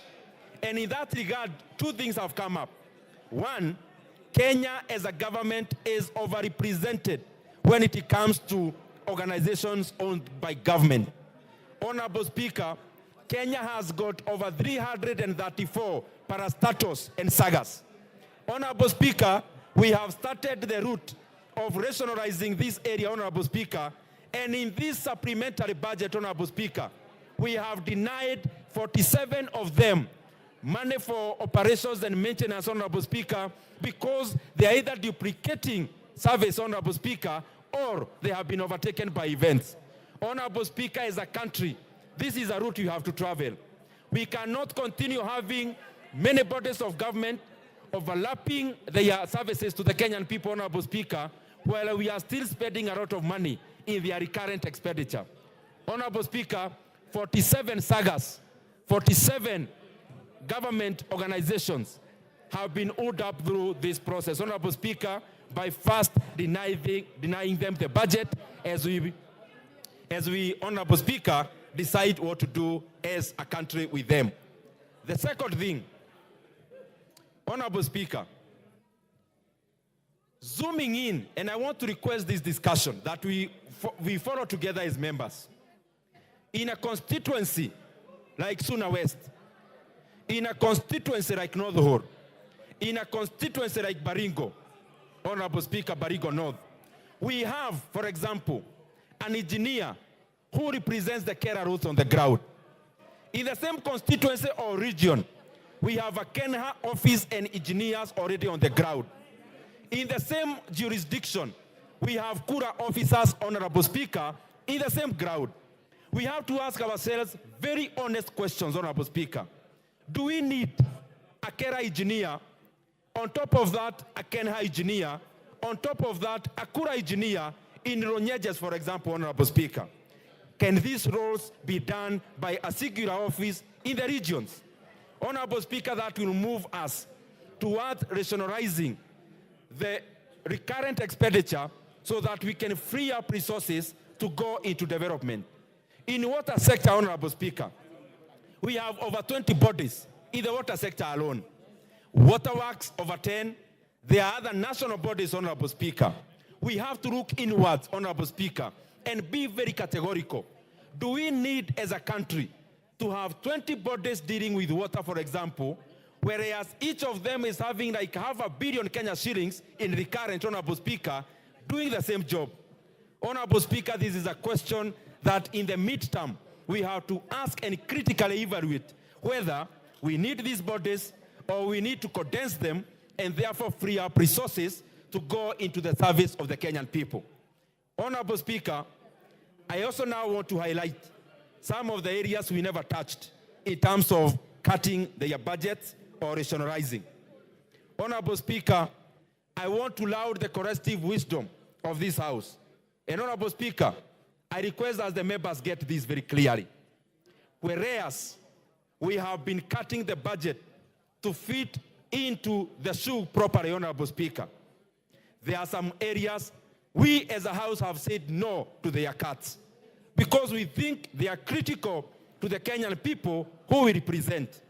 One of them, Honorable Speaker, the monies that had been allocated for the confirmation of the JSS interns, 18.7 billion Kenya shillings. Honorable Speaker, we did not approve any cut. The money is going appropriated so that we confirm our JSS interns, all the 46,000 of them, into permanent and pensionable terms. The second thing, Honorable Speaker, there are interns in our health sector. And Honorable Speaker, the interns in our health sector, we have also allocated Kenya shillings, 3.7 billion Kenya shillings, for them to be confirmed into permanent and pensionable terms because they deserve that, Honorable Speaker. Thirdly, Honorable Speaker, our economy is agrarian. Our economy is agricultural based. This is not a very good story, Honorable Speaker, because in economics, one of the areas to measure whether an economy is growing is when an economy has less and less of agriculture in the composition of GDP. In fact, one of the definitions of economic development, Honorable Speaker, because there is economic growth, there is economic development. In economic growth, those are the jargons we term as GDP and the rest, and GNP and the rest. But in the economic development side, Honorable Speaker, we define the economy both quantitatively and qualitatively. And one of the qualitative measures of whether an economy is a developed economy, it is an economy that has less than 10% of agriculture in the composition of GDP. Fortunately or unfortunately, Honorable Speaker, in Kenya, agriculture still accounts for over 18% of our GDP. And agriculture here, I mean the primary part of our production, Honorable Speaker, which is agriculture, forestry, mining, and fisheries. Honorable Speaker, but that is where we are now, and we need to do something on it, because 70% of our rural population are engaged in agriculture. And in that respect, Honorable Speaker, we have allocated Kenya shillings 7.5 billion into fertilizer subsidy. And the fertilizer subsidy, Honorable Speaker, will be for food crops and cash crops, Honorable Speaker. Coffee farmers can access that fertilizer. Maize farmers can access that fertilizer. Cotton farmers can access that fertilizer. There is no discrimination in regards to the kind of crop that our farmers are growing. Honorable Speaker, the second thing in regards to agriculture, we have allocated Kenya shillings, 3 billion shillings, into the coffee cherry revolving fund, Honorable Speaker. That money will go into easing the cost of borrowing when it comes to coffee societies and also coffee farmers.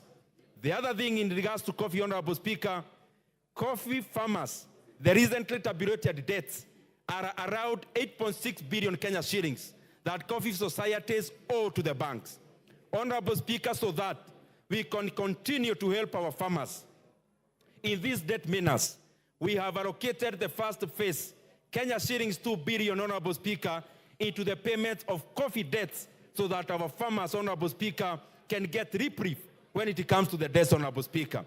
In the sugar sector, we have allocated around 700 million to 1 billion Kenya shillings, Honorable Speaker. One, to enhance in terms of payments of arrears of farmers, but also number two, Honorable Speaker, to increase the sucrose level, to increase the technology in the sugar sector.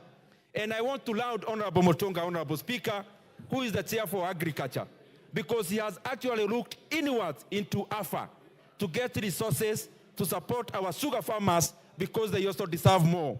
One, in terms of payments, but also number two, in terms of technology, so that we can enhance the payments of sugar cane, not just in terms of weight, but also in terms of sucrose level, Honorable Speaker. Honorable Speaker, the other thing we have done in the arena of agriculture is that we have allocated to new KCC Kenya shillings 1.5 billion Kenya shillings, Honorable Speaker, money that will go into defending the raw milk prices so that our farmers can get a net of 50 shillings per litre, Honorable Speaker, for raw milk so that dairy farming can continue to be a profitable venture for our farmers, Honorable Speaker. Honorable Speaker, we have done much more in that arena. We have done much more in that arena, Honorable Speaker, because we believe agriculture is important for our economy. Honorable Speaker, when it comes to our security sector, the Maraga Task Force was given a mandate to go around the country, Honorable Speaker, to check how our security officers are living. But before I go to that, Honorable Speaker, before I go to that, let me just finish with agriculture first. I was to highlight one more critical issue. In the dairy sector, the Kenyan government has been having a program with the Polish government where the GOK was to raise 5% of the funds and the Poland government was to give us the remainder so that we purchase coolers for our farmers. Honorable Speaker, out of the changes in governance in Poland, this has become a very long process for us to access the other funds on the other side.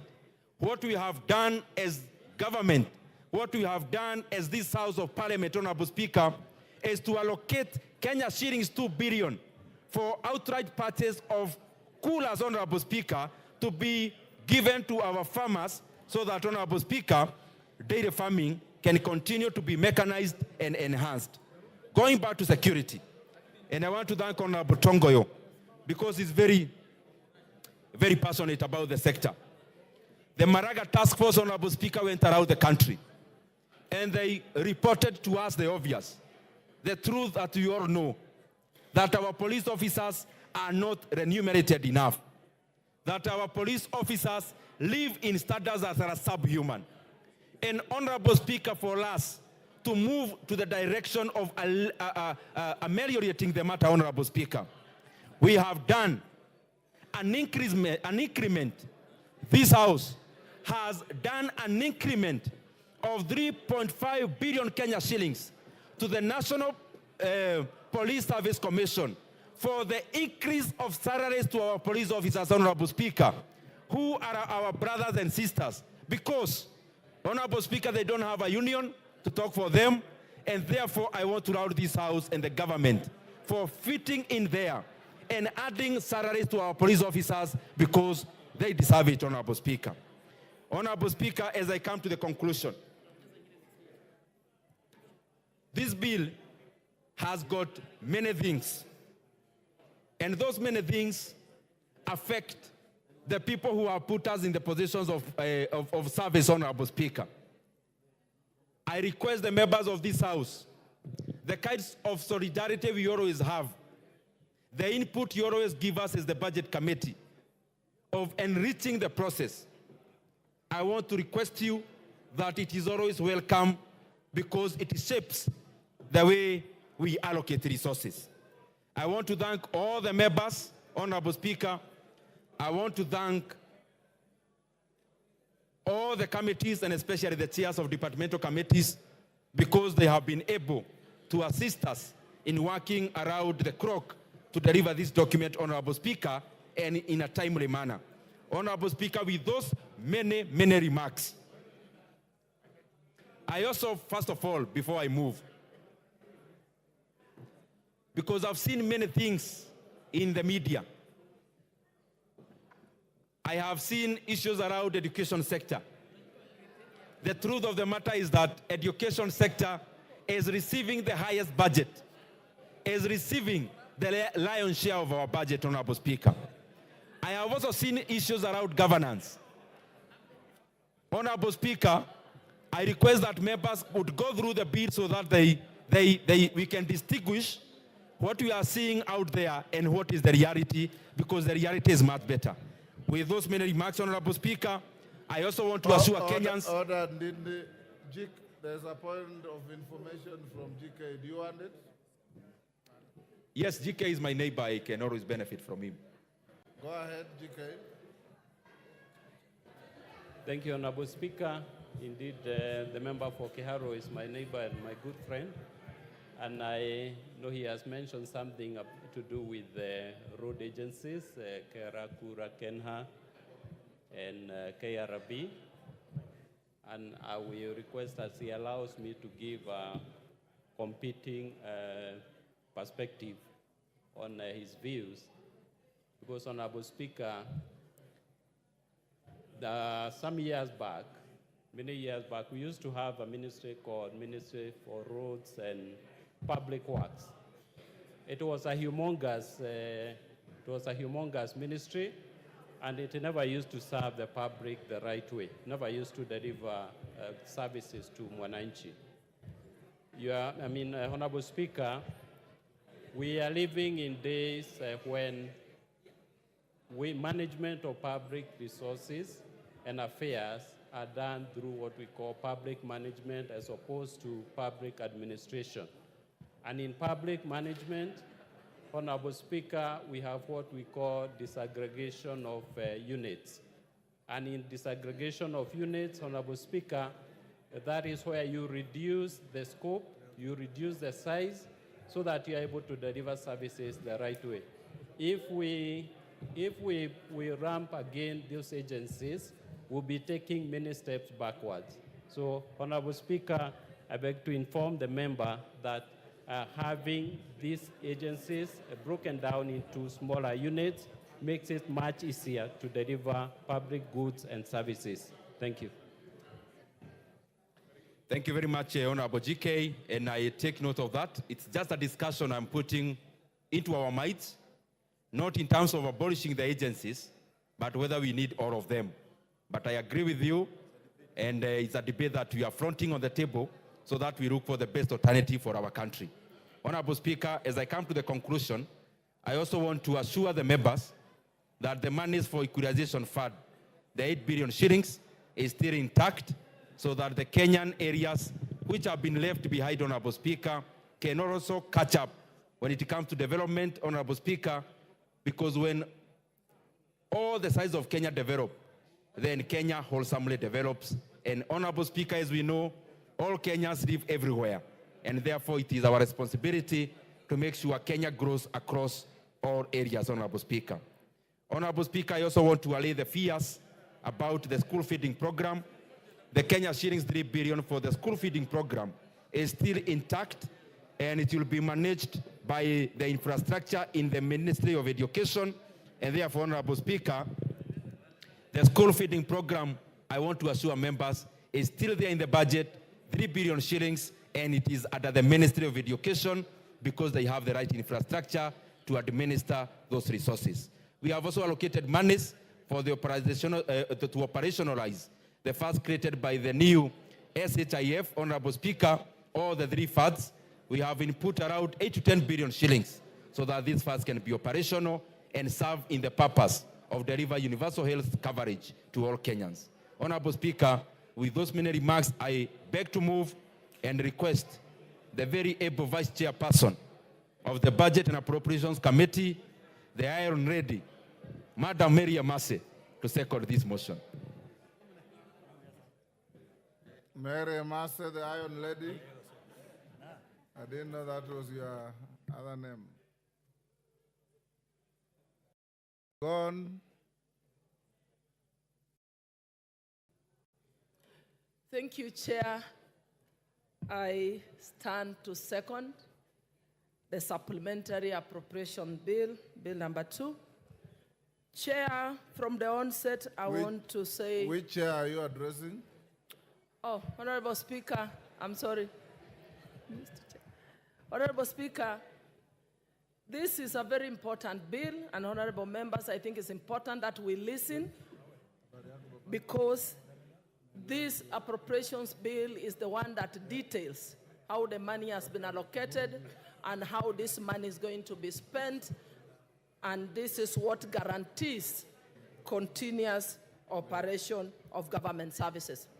Honorable Speaker, having said that, I just want to echo what the chair has already said, that our total expenditure has reduced slightly, and that we are able to reduce the expenditure by 145 billion, and also in the process, the deficit went up slightly because we are going to borrow an additional 170 billion. Honorable Speaker, what this means, therefore, that going forward, we need to continue reviewing our budget. We need to continue to identify areas of overlaps, areas of duplication, areas of wasteful expenditure, because whereas we are proud we've managed to retain some of the expenditures that are addressing some of the most critical issues. Members, you'll agree with me that one of the biggest challenges we are having in the country right now is unemployment. One of the reasons we've seen our young people in the streets is unemployment. So we therefore need to continue to look for money, tighten our revenue collection measures so that we're able to enhance our A&A. We need to continue to review and oversight our expenditure so that we can even rearrange it further to save more monies so that we can take that money towards employing our teachers.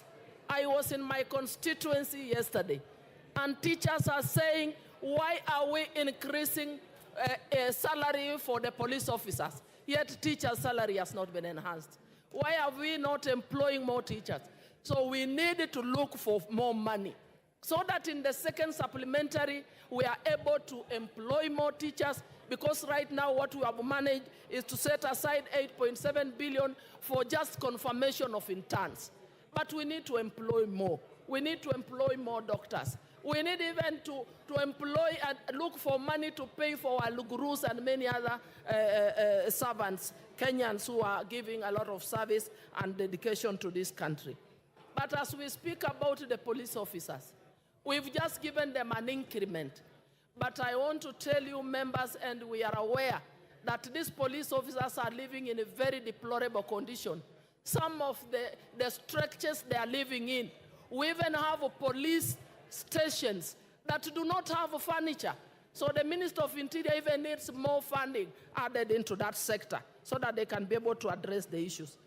I also want to applaud and really commend the team, the Budget and Appropriations Committee, because we've also managed to maintain or to restore some of the allocations to fertilizer, for fertilizer subsidy, allocations even to the farmers, to cushion our sugarcane farmers who have never gotten an allocation, the 700 million that would go towards paying arrears of cane payments to the farmers that had never been paid, and also to the farmers, those that are for the coolers, for the dairy farmers. So, Honorable Speaker, as we continue, members, we need to know that in the appropriations bill, it is detailing item by item, sector by sector, and the amounts that have been allocated for expenditure purposes, so that when we go out, we have the information to give to our people. Honorable Speaker, I second.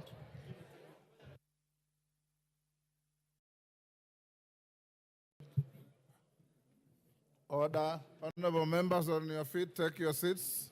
Ruku, take your seats.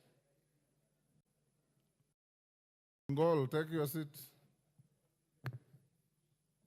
Honorable members, I now propose the question, which is that the Supplementary Appropriation Number 2 Bill, National Assembly Bill Number 39 of 2024, be now read a second time. Gitonga Murugara.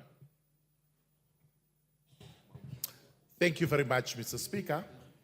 Mr. Speaker, allow me to rise and support the Supplementary Appropriations Bill, which has ably been presented by the Chairman of the Budget and Appropriations Committee, and seconded also ably by the Vice Chair of the same committee. We are through a process which possibly we would not have gone through had it not that we do not have a Finance Act for this year.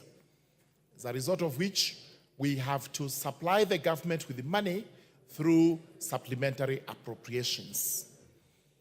It is vitally important to note that all the revenue-raising measures that were intended in the Finance Act or Finance Bill, which was actually dropped at the will of Kenyans, now do not apply to our country, and we have to revert to what we have in the 2023 and 2024 Finance Act. That act operates because it has not been repealed, would have only been repealed if this act for this year had been passed, and therefore, while there is no lacuna on the Finance Act laws, the correct position is that the government must be supplied through supplementary appropriations bills and acts, as we are doing now. Allow me to commend the committee for having found means and ways of ensuring that the government is going to be supplied, although with the limitations. We have 3 arms of government, and each of them will have to embrace a cut in the spending which had been projected. We start with the executive, which actually carries the lion's share of the budget, and we'll also have to carry the lion's share of the cuts, followed by this House as the legislature, the second arm of government, and after that we have to go to the third arm of government. We know very well there are two levels of government, the national government and the county governments. The county governments must also embrace themselves for the proposed cuts. The net effect is that while we anticipated to have more development this year, that may not be realized as fast as we had anticipated, and the county governments must actually now relook at their revenue-raising measures through the cesses they have in the counties where they raise money, make it proper, more efficient, but of course without having to overlevy the citizens. Kenyans are complaining that the level of taxation is quite high, and with that high taxation, sometimes they are asking, what are we getting in return? Therefore, it is vitally important that the government, the officers of the government, be prudent in their spending, so that while we are able to meet recurrent expense, we must also be prepared to meet the development expense, which is equally important. We have to do with it, including this House. The CDF has now lost the 10 billion that we were all anticipating. Each constituency would have possibly gotten not less than 30 million, but that is now water under the bridge. We still have the figures we had last year. We are able to do even more because the money is actually going to be supplied. And whether it is this House, it is the judiciary, which also is losing over 1.5 billion. We really have to scale down what we have to do. May I urge everybody that we have to be reasonable. We have to accept the cuts. We have to accept the austerity measures that are put in place so that those luxuries which the government was enjoying, which this House was enjoying, or the judiciary was enjoying, must be reduced so that we remain with what we consider extremely necessary and for the benefit of the citizens. We are also happy to note that with all those measures, we have been able to supply the government with some money and increase the salaries of police officers. And by extension, I take it that the prison wardens, the prison officers, are also getting a pay rise. This is very important because we all know, without any gainsaying, that our police officers, our prison wardens live in a deplorable state. They are not able actually to run their own lives because of the poor pay and the poor housing conditions these ones have to go through. As we consider housing for everybody in the country, most importantly, let's consider for the police officers and the prison wardens. It's also very good to our ears that the 46,000 JSS teachers will be confirmed. I can assure you these members of parliament had it rough when we went to the constituencies to talk to these people. While they appreciated that the finance bill was lost, they were insisting that they must be confirmed. Today, we announced to the country that the JSS teachers will actually be confirmed. And we do not want to hear by December, by January next year. It should be as soon as this appropriations bill is passed into an act of parliament and assented to, that TSC must move with the speed and confirm the 46,000 teachers. We were also to employ interns amounting to 20,000, a new number. Let us look at what we have, because it is vitally important that our teachers are actually in schools. Our children expect to get the best of education, and this must be through funding by this House. While we are looking at roads, we are looking at water, we are looking at electricity, and we are looking at all the important sectors for the public, we must not forget that education is core to this, and the Ministry of Education must be properly supplied. This is a good bill. It is a bill that we should pass so that we are able to fund the government and also fund the county governments. With those remarks, I beg to support.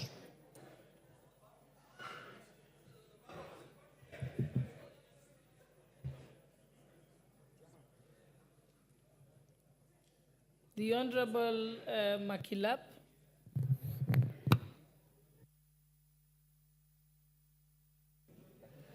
Thank you, Madam Speaker. I can say this is an extraordinary budget for extraordinary times in Kenya. Madam Speaker, when a country is faced with extraordinary circumstances or public debt or rejection of finance bill, we resort to extraordinary decisions of ensuring that we live within our means so that we can be able to grow the economy of this country and build a prosperous Kenya. Madam Speaker, I have listened to the chairman of Budget and Appropriation.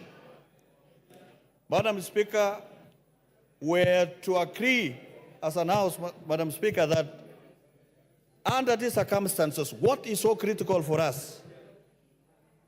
What is very critical for us, Madam Speaker, is employment of the youth of this country that are actually being unable to be absorbed in our economy. Madam Speaker, that is why we're to sacrifice other funding programs so that for 6,000 JSS teachers are actually be able to be absorbed, Madam Speaker. We have been able to finance employment of the intern doctors, Madam Speaker, because those are the people who take care of our health, Madam Speaker. And if we take care of our education, Madam Speaker, through employment of teachers, and we take care of our health by ensuring that we employ the interns on permanent and pensionable terms, Madam Speaker, then we take care of our health that is going to grow the economy, and we take care of our system of education so that we don't produce people or graduates that have not been able to undergo proper training because of lack of teachers.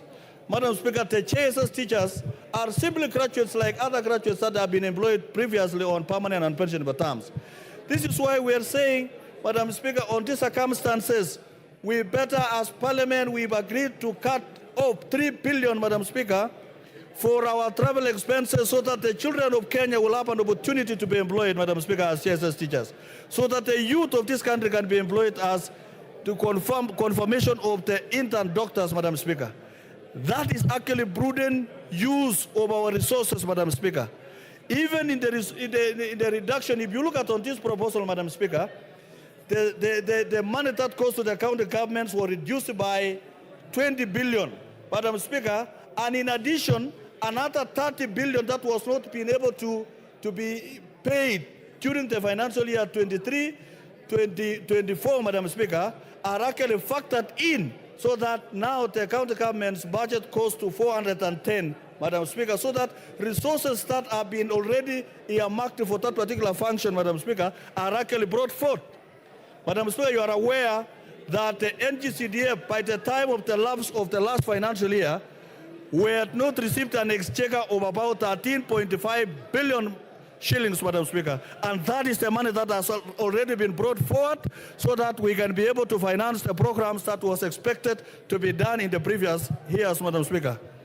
Madam Speaker, if you look at the economy of the country, Madam Speaker, when the dollar came down, Madam Speaker, it is good for the members of this House to realize that when the dollar was able to come down from 160 to 130, Madam Speaker, that gave us a debt relief of about 570 billion shillings, Madam Speaker. That is be able to save more resources for our programs, Madam Speaker.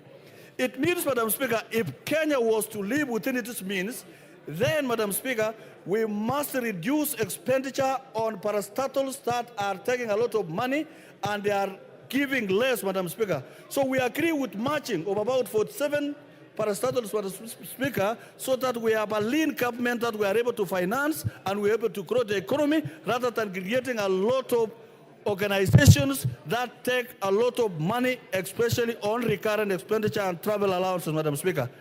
Madam Speaker, for us to grow this economy, we look at the agricultural sector, Madam Speaker, in many ways.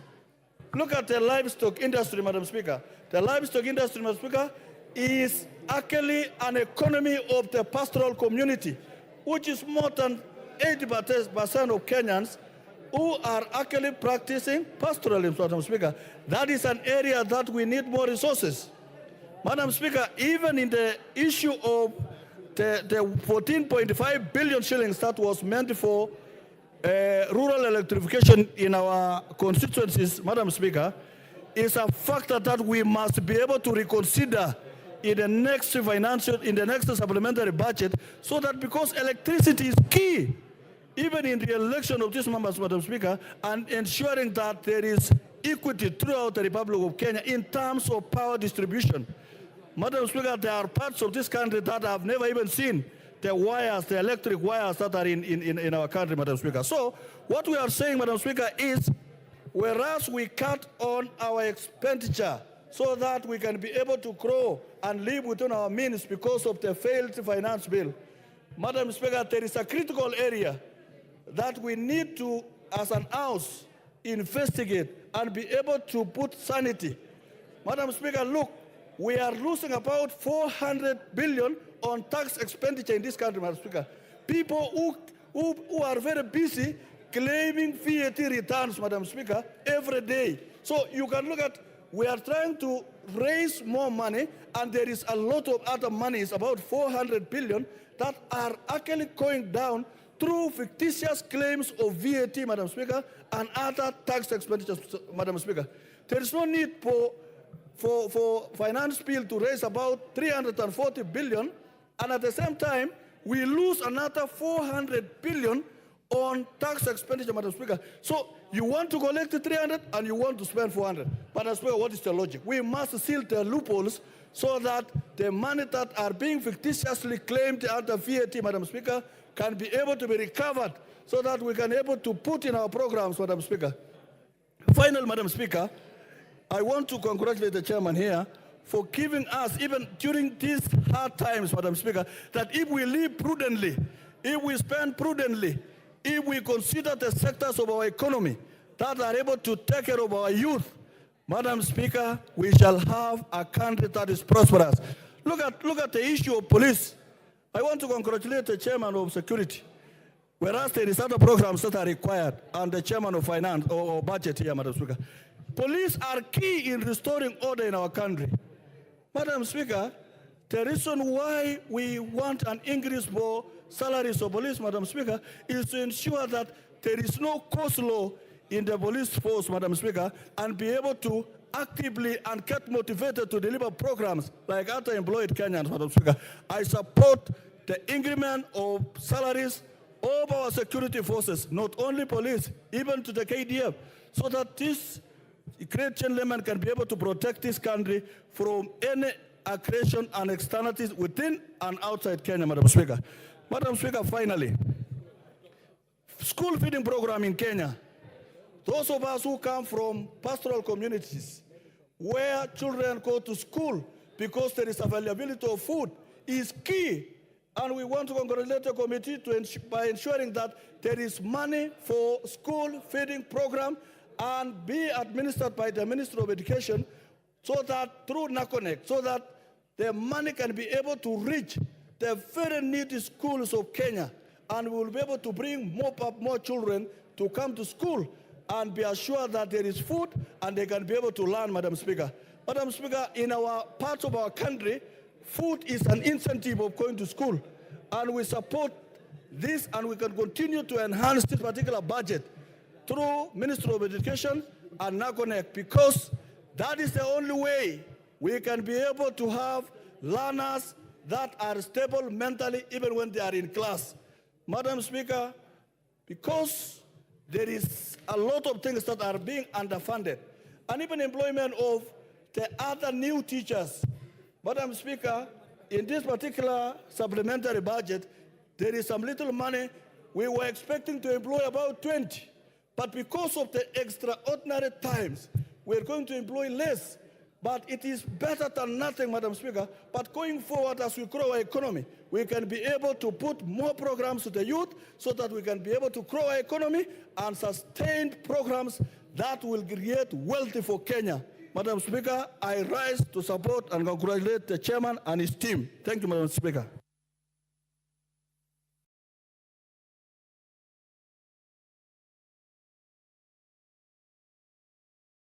Honorable Member for Tigania West, Honorable John Mutunga. Thank you, Honorable Speaker, for the opportunity to speak to this motion. Honorable Speaker, I rise to support the adoption of the adoption of the appropriation bill as presented and supported by the Chairman and Vice Chair of the of the Budget and Appropriation Committee. Honorable Speaker, we all know why we are here, and we all know how we got here. Honorable Speaker, this is one of the most popular documents in this House. The last appropriation bill, Honorable Speaker, I had an opportunity to second, and I remember seeing very clearly that I hope the finance bill will be as much supported. Honorable Speaker, the appropriation bill comes in to show how the resources have been shared and what expenditure lines have been recognized in order to run the government, as well as cost development in this country. Honorable Speaker, listening to the chair of the Budget and Appropriation Committee, he took some time to highlight some of the key areas that the budget has focused.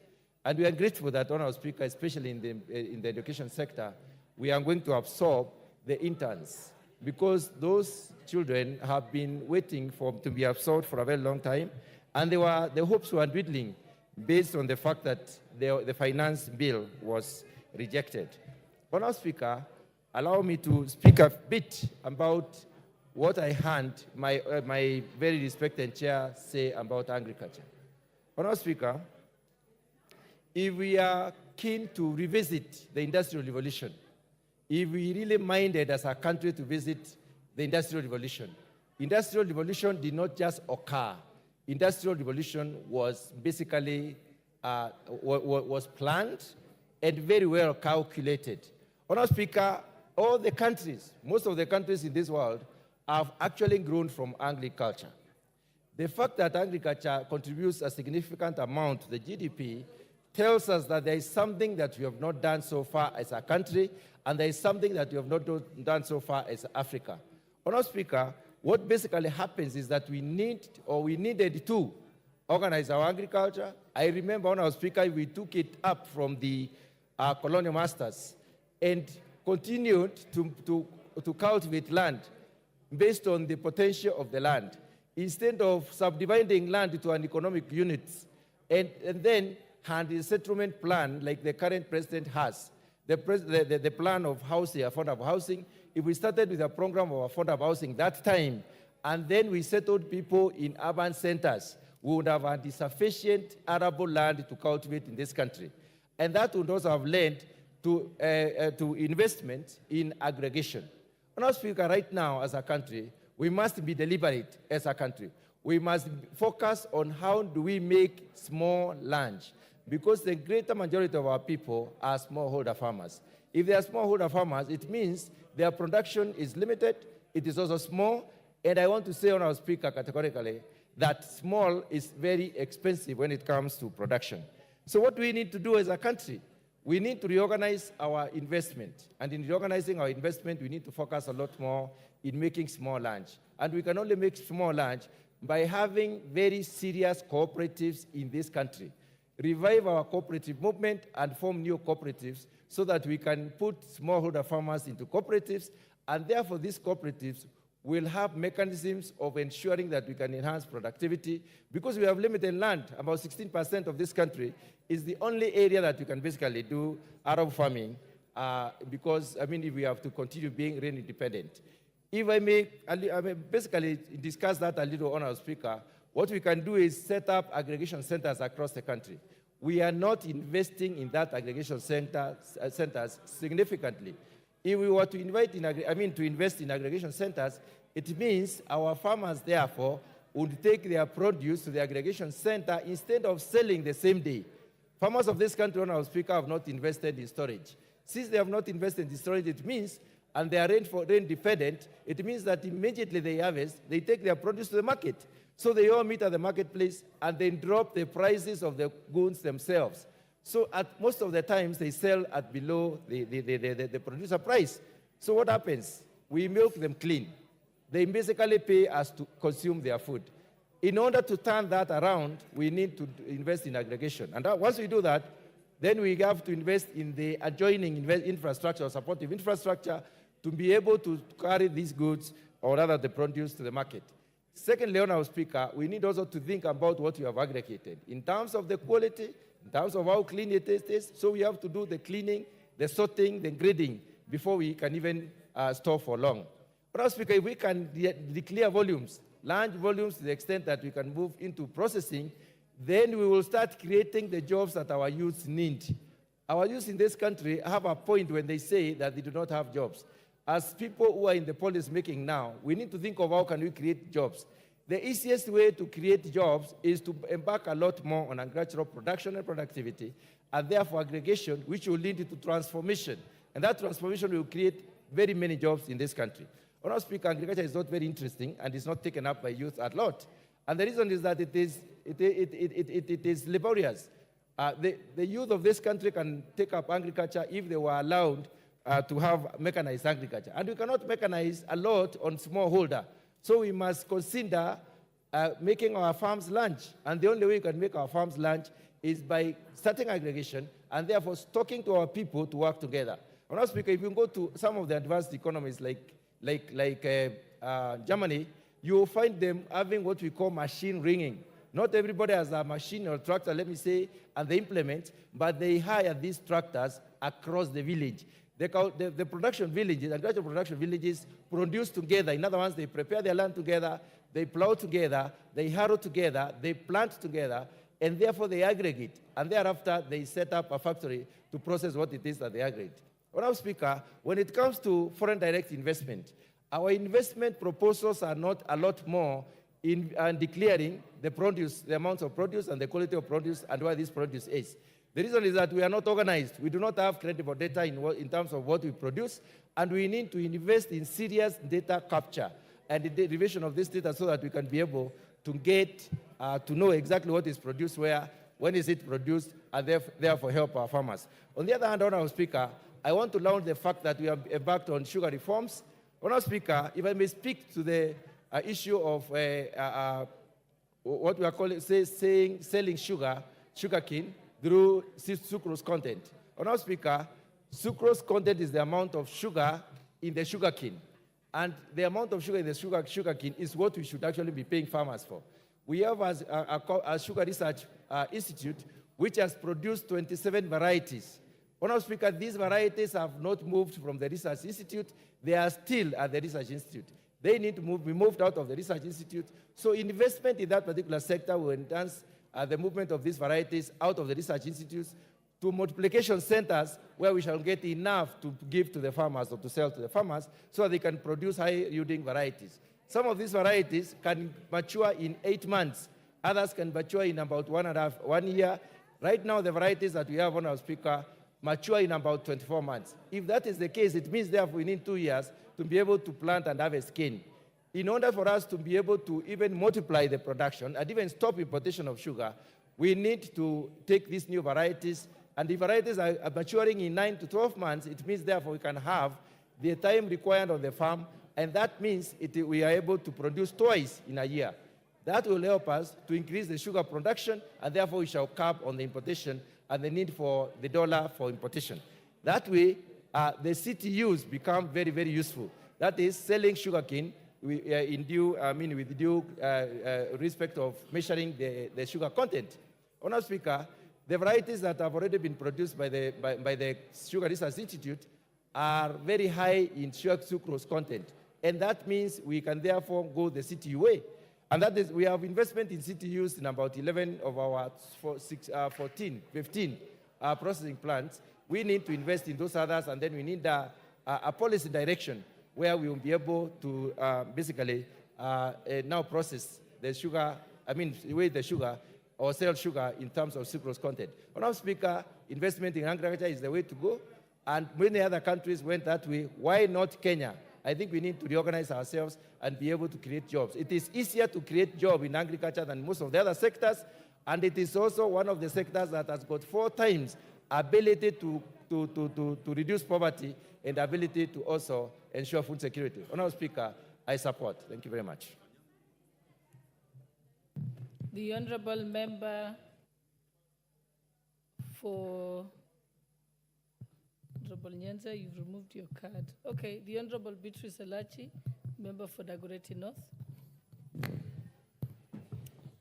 Thank you, Madam Speaker. Madam Speaker, I also rise to support and to appreciate the committee in what they have done. I know it has been the most toughest months that we have gone through, Madam Speaker, but also to appreciate just the last speaker, who I would have wished would have been the nominee for agriculture. But to say that, Mr. Speaker, as we look at the Supplementary Appropriation Bill number 2, how I wish, and I want to thank Chair, that we now need to look at ourselves and reflect, as you said, in terms of our own resources. We now need to relook and reflect on the overlapping streams that we have, Madam Speaker, those that we know are functions that can be put together, and we just have a function that functions well. Because also the overlapping functions that we have, either in water, in roads, you find there's a lot of internal intra-conflict that really challenges most of them at many times.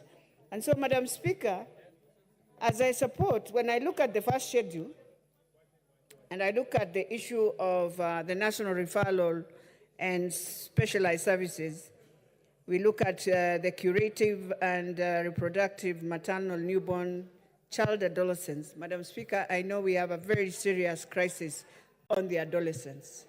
And this is one thing we need to look at it clearly and to see how do we support schools, Madam Speaker, to ensure we have wellness and skill lives in schools that will help the adolescents that we are finding ourselves with a lot of challenges, Madam Speaker, early pregnancies and many other issues that are affecting our adolescents. We need to think through.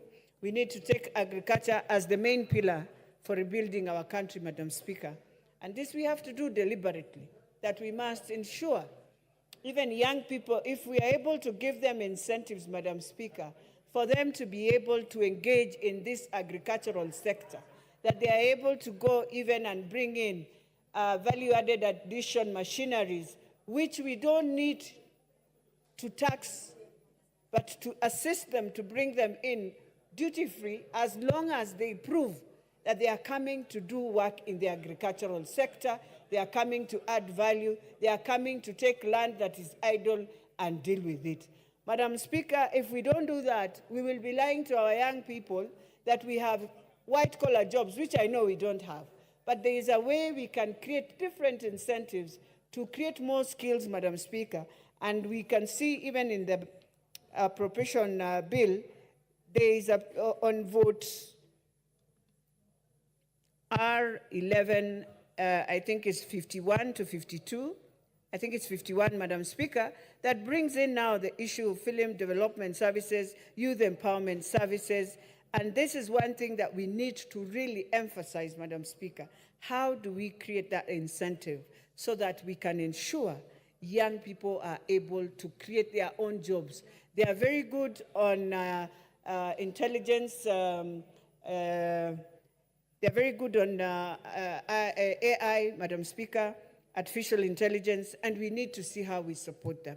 And in supporting them is knowing very well most of them are still looking for jobs, and therefore we cannot push them into that bracket of also trying to force them to buy things the way they are, Madam Speaker.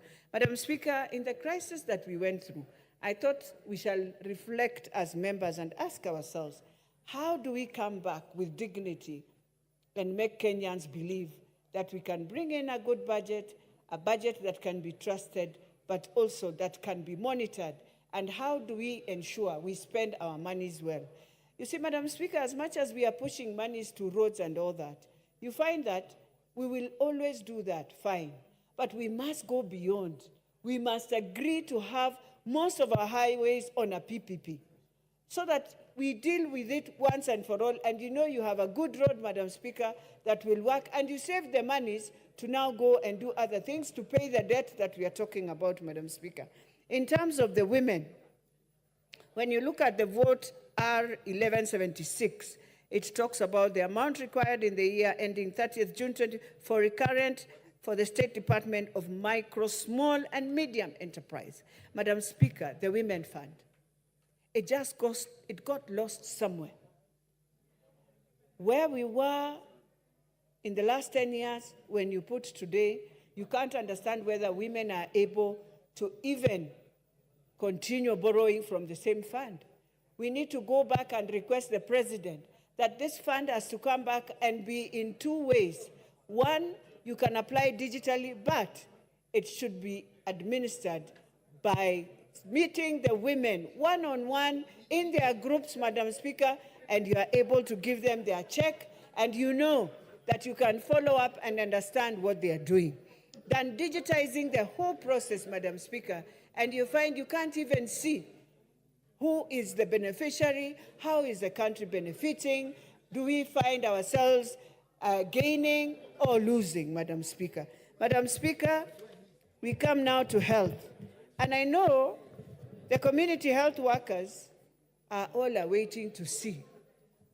Just the same way we have ensured the interns have gone through, just the same way we are ensuring the JCC teachers, Madam Speaker, our community health workers, and I want us to really focus on this universal health, Madam Speaker, even to look at, even as we move, I know many people are fighting SHIF or NHIF, but it's one thing, Madam Speaker.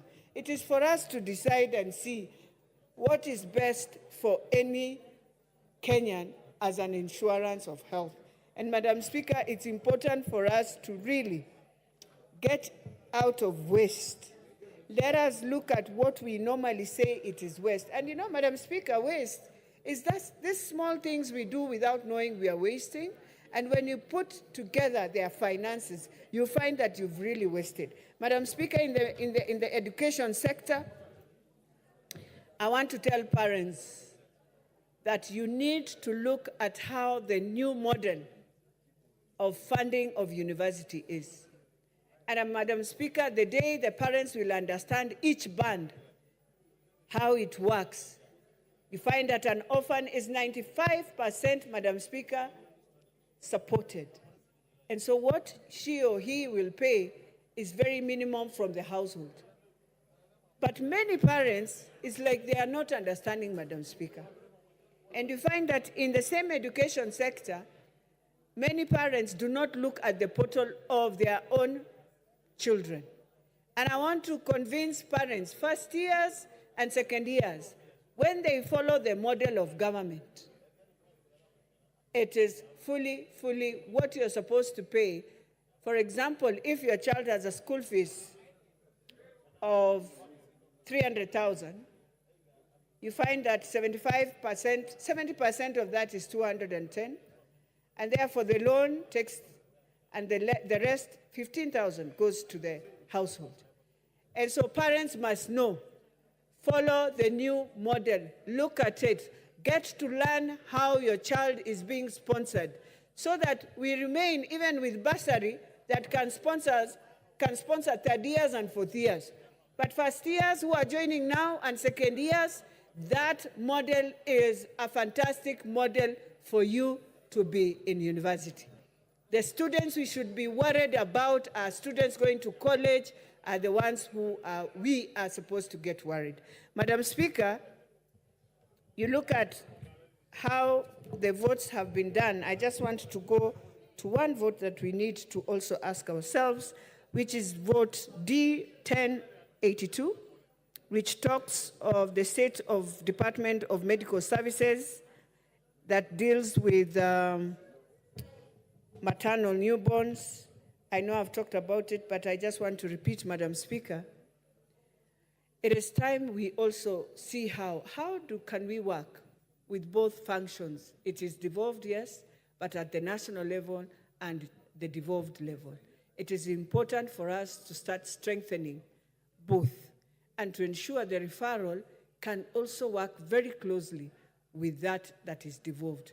And therefore, Madam Speaker, with those few remarks, I beg to support and to thank the committee.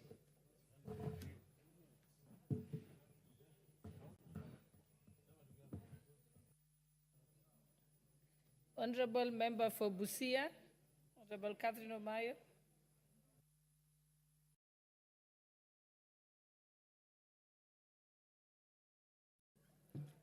Thank you, Madam Speaker. I am very happy about this appropriation bill. The range of choices available there has prioritized what matters.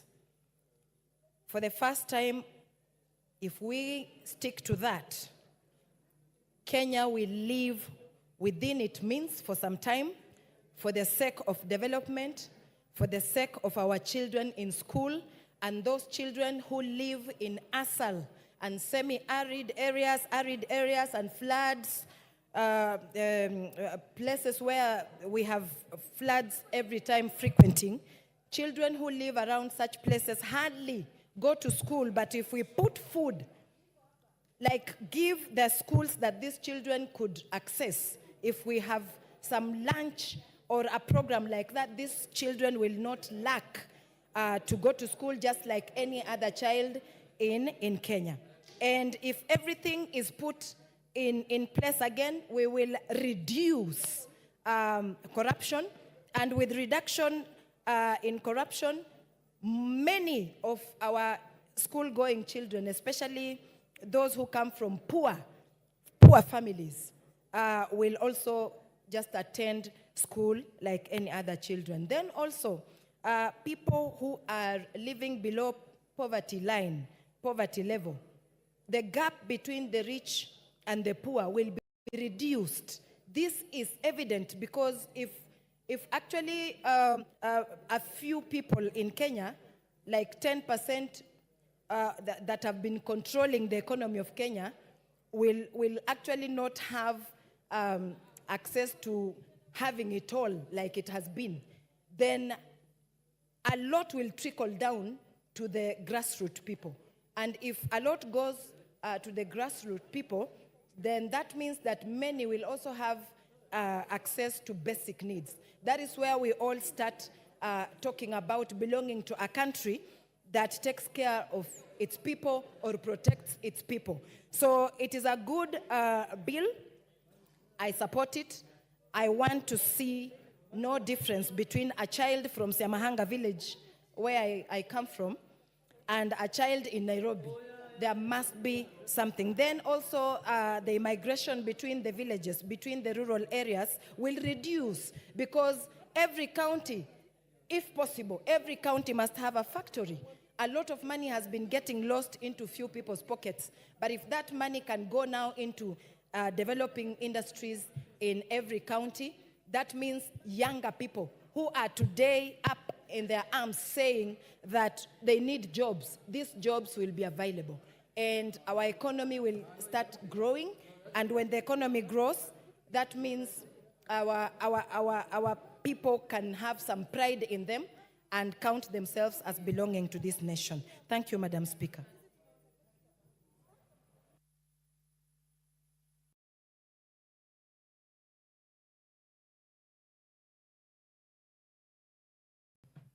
The Honorable Irene Mayaka.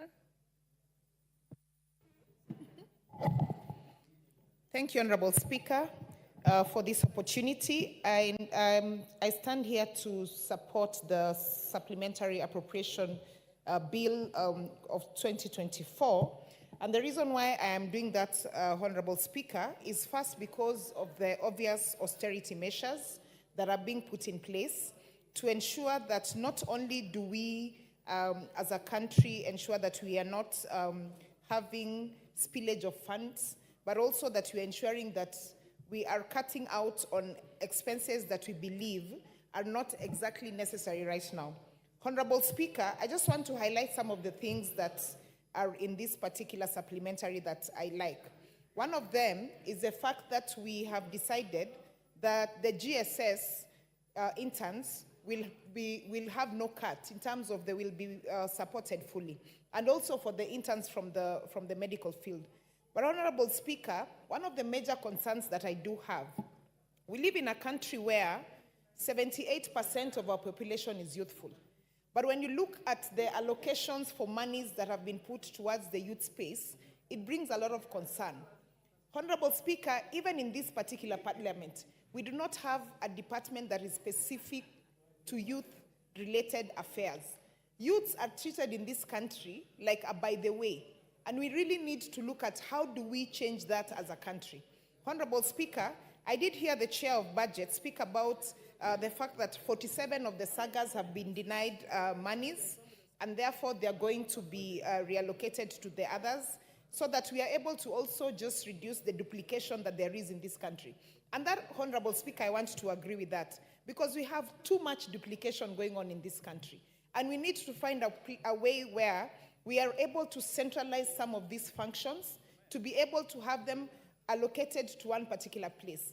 Because, Honorable Speaker, it doesn't make sense when, for example, in terms of national government, you have an auditor for each and every department.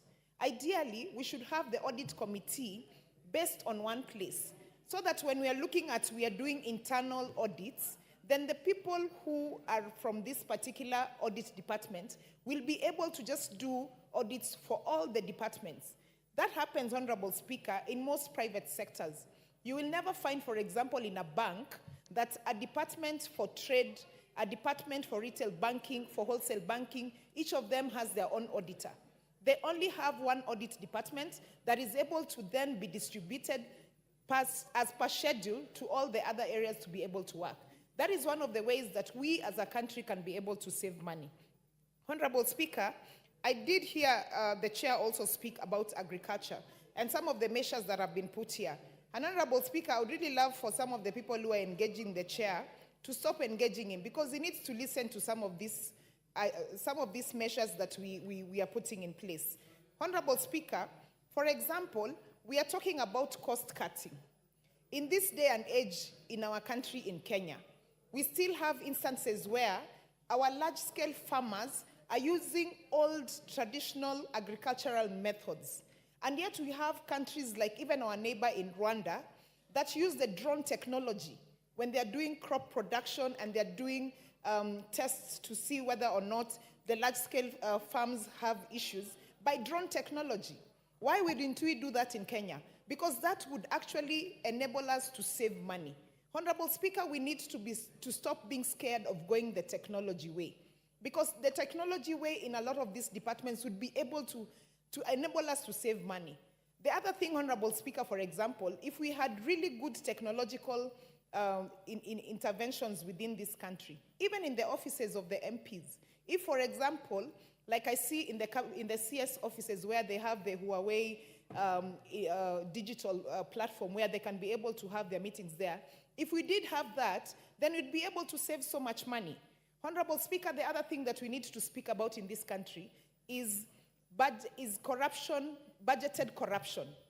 Because there's a lot of embezzlement of funds in terms of budgeted corruption. By the time we are asking different departmental committees to give us their budgets, have we been able to actually go back and check against their performance contracts? Were they able to even deliver what was put in their performance contracts? We don't do that. All we do is that we treat this whole country as a cost center. And the reason why I say that, Honorable Speaker, is because you will rarely ever see, when you're having departmental committee meetings with the different ministries in this country, never ever will you see a departmental committee come with a document telling you how they're planning to make revenue, how they're planning to raise revenue. Honorable Speaker, this takes me back to something that the Right Honorable Raila Amolo Odinga really wanted for this country. He once said that as a country, we should have one product per county. What that meant was that every county would be able to focus on a specific product, be very good at it, and actually raise revenue within their own streams from that. Those are some of the austerity measures we should be talking about as a country.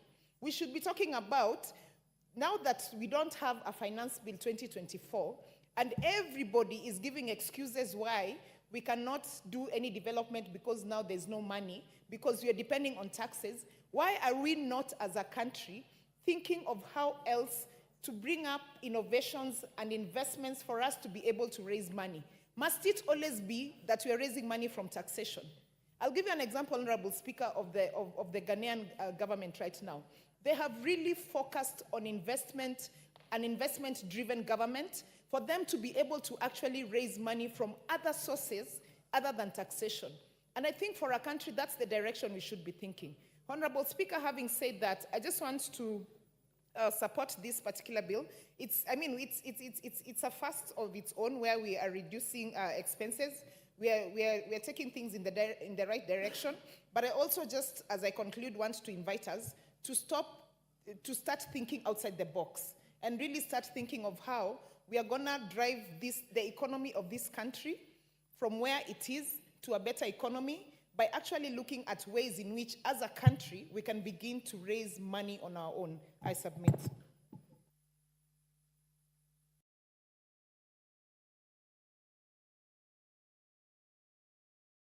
Mike. The Honorable Ferdinand Wanyonyi, member for Kwanza.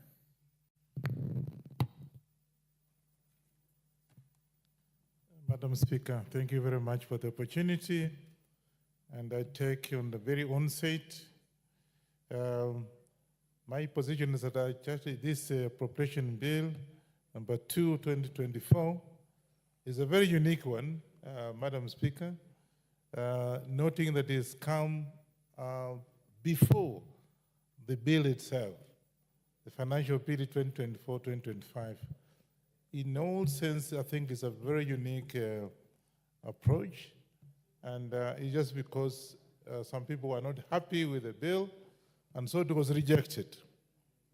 And my take is that I think in this appropriation bill, I also want to take this opportunity to thank the chairman who has done a very good job, and I want to say echo to him, because first and foremost, the actually appropriated the funds to agriculture and health. In agriculture, I think the thing that actually very impressed me is that first, we're going to have the fertilizer subsidy, which is about 7.5 billion. And I hope and pray that it'll be there on time so that it can be able to have our farmers access the fertilizer on time. At the same time, Mr. Speaker, the fertilizer is also going to be under hope and pray that the department or the Ministry of Agriculture on the importation of this fertilizer be done on time so that it can be able to have it ready when the season of planting is there, so that it's there, and at the same time after planting, we hope and pray, Mr. Speaker, that there will be also top pressing fertilizer on time. Because this season, I come from Trans Nzoia, and farmers even were coming to me as if I'm in the Ministry of Agriculture, but because I'm in that Committee of Agriculture, and they were asking why the fertilizer was not on time. Secondly, when we finished, the top pressing fertilizer was not even there. So I want to thank the committee for having come up with this, and there is a hope and pray that we'll have fertilizer on time, including, of course, top pressing on time. Secondly, as we go on, the fact that in agriculture, again, you have got money appropriated to import the milk coolers. Mr. Speaker, the milk coolers are very important for our country. First, it will encourage farmers to be able to do dairy farming, which, of course, as you know, we are in a tropical country, and therefore dairy farming is actually very appropriate here. And at one time, I was in the Middle East. Those days when I was working for Kodak, you would go to the Middle East, and when you go for breakfast, you'll get milk from this country.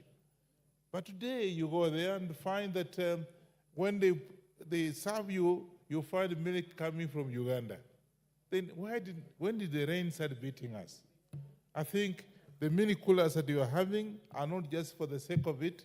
I think they are going to encourage farmers to do dairy farming and be able to have enough milk for exportation, both milk powder and even in liquid milk to be able to. So this again, you have given some money to be able to import the mini coolers, which I think is very, very important, and I think I want to say congratulations. Then, of course, we have money, which again, that the Minister of Education, again, the Minister of Education has been given money, the feeding program. That encourages, because some areas, Mr. Speaker, you find that children are not even encouraged to go to school because there's nothing in school. They would rather stay at home and drink water than going to school, maybe some 5, 2 or 3 or 4 or even 3 kilometers away, and there's no feeding program. So again, this supplementary budget, I think, bill, I think has helped us and has going to encourage our children to go to school and stick to the school, other than going there and running away because there is no food. So the feeding program, I think, is quite good, is very encouraging. And of course, CSS, again, from what the chairman has just read, is that they are going to be paid. So again, there's an encouragement of those who actually have finished training as teachers, and I think will be paid for their services, and that was actually lacking, including, of course, the Minister of Health. Again, that again is something that this supplementary appropriation bill has again taken note and going to be able to pay for that. More important, Mr. Speaker, is that we, when the original bill was cut, people actually made very, very bad remarks. We lost actually electricity because you had been located, I think, 52 million shillings by every constituency for rectification in the rural area. Imagine that again went, and you have not revived that. I hope and pray that during the year, as we go forward, we'll be able to locate a few coins to be able to have electricity actually in the rural areas, because we had 52 million shillings in every constituency. Again, that was thrown away because the bill was rejected. Same thing with the CDF. I think we also lost some money, but never mind. These cuts, I think, are going to help, because some of them is because, again, Mr. Speaker, it was actually appropriation of some of the funds. You'll find the ministry has 2 or 3 departments, and of course they do the same thing. You find duplication of services, which again is something that I want to say. The cuts that are in the ministry, not for nothing, is because I think the committee looked at some of the departments and ministries are actually a duplication of services, and therefore that again is going to help save some money for doing other important projects and reallocate the funds elsewhere. So, I think the taxations actually that people complained about, I think, have been reduced. And I hope and pray that when we pass this appropriation bill, supplementary bill, we hope nobody can raise his finger complaining that this budget has again been reintroduced after being rejected. And therefore, I think, as far as I'm concerned, this is a very good supplementary budget, appropriation budget, and I hope and the bill is going to see the light of the day at the end of it tomorrow, whatever it is, so I can be able to move forward. With those few remarks, Mr. Speaker, I want to say I support this supplementary appropriation bill, and I hope and look forward to people actually on both sides supporting it, so they can be able to move forward, more particularly because some of the taxes actually have been cut. I support. Thank you. The Honorable Ferdinand Wanyonyi. The Honorable Cliff Gisairo, Clive Gisairo, the MP for Kitutu Masaba, followed by the Honorable Dr. Oundo. Thank you, Honorable Speaker. I rise, first of all, to support the Supplementary Appropriation Bill number 2, 2024. I'd like to thank the good work done by the Chair and the members of his committee to try and align with the needs of the people of Kenya. For us to find ourselves here, Honorable Speaker, tells us that it's either we were living beyond our means or we were just not listening to the common mwananchi. This appropriation bill is just a testament that we can do better. That the little resources we have, we can be able to develop this country, provide jobs for our people, and minimize on borrowing. Honorable Speaker, in this bill, the education sector has made some gains, but there's still some room. And we expect that in the second supplementary, that should come sooner than later, should address some gaps, because in the education sector, we've lost a lot on infrastructure.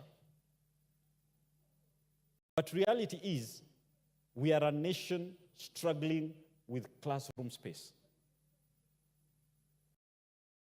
Yes, today we are saying,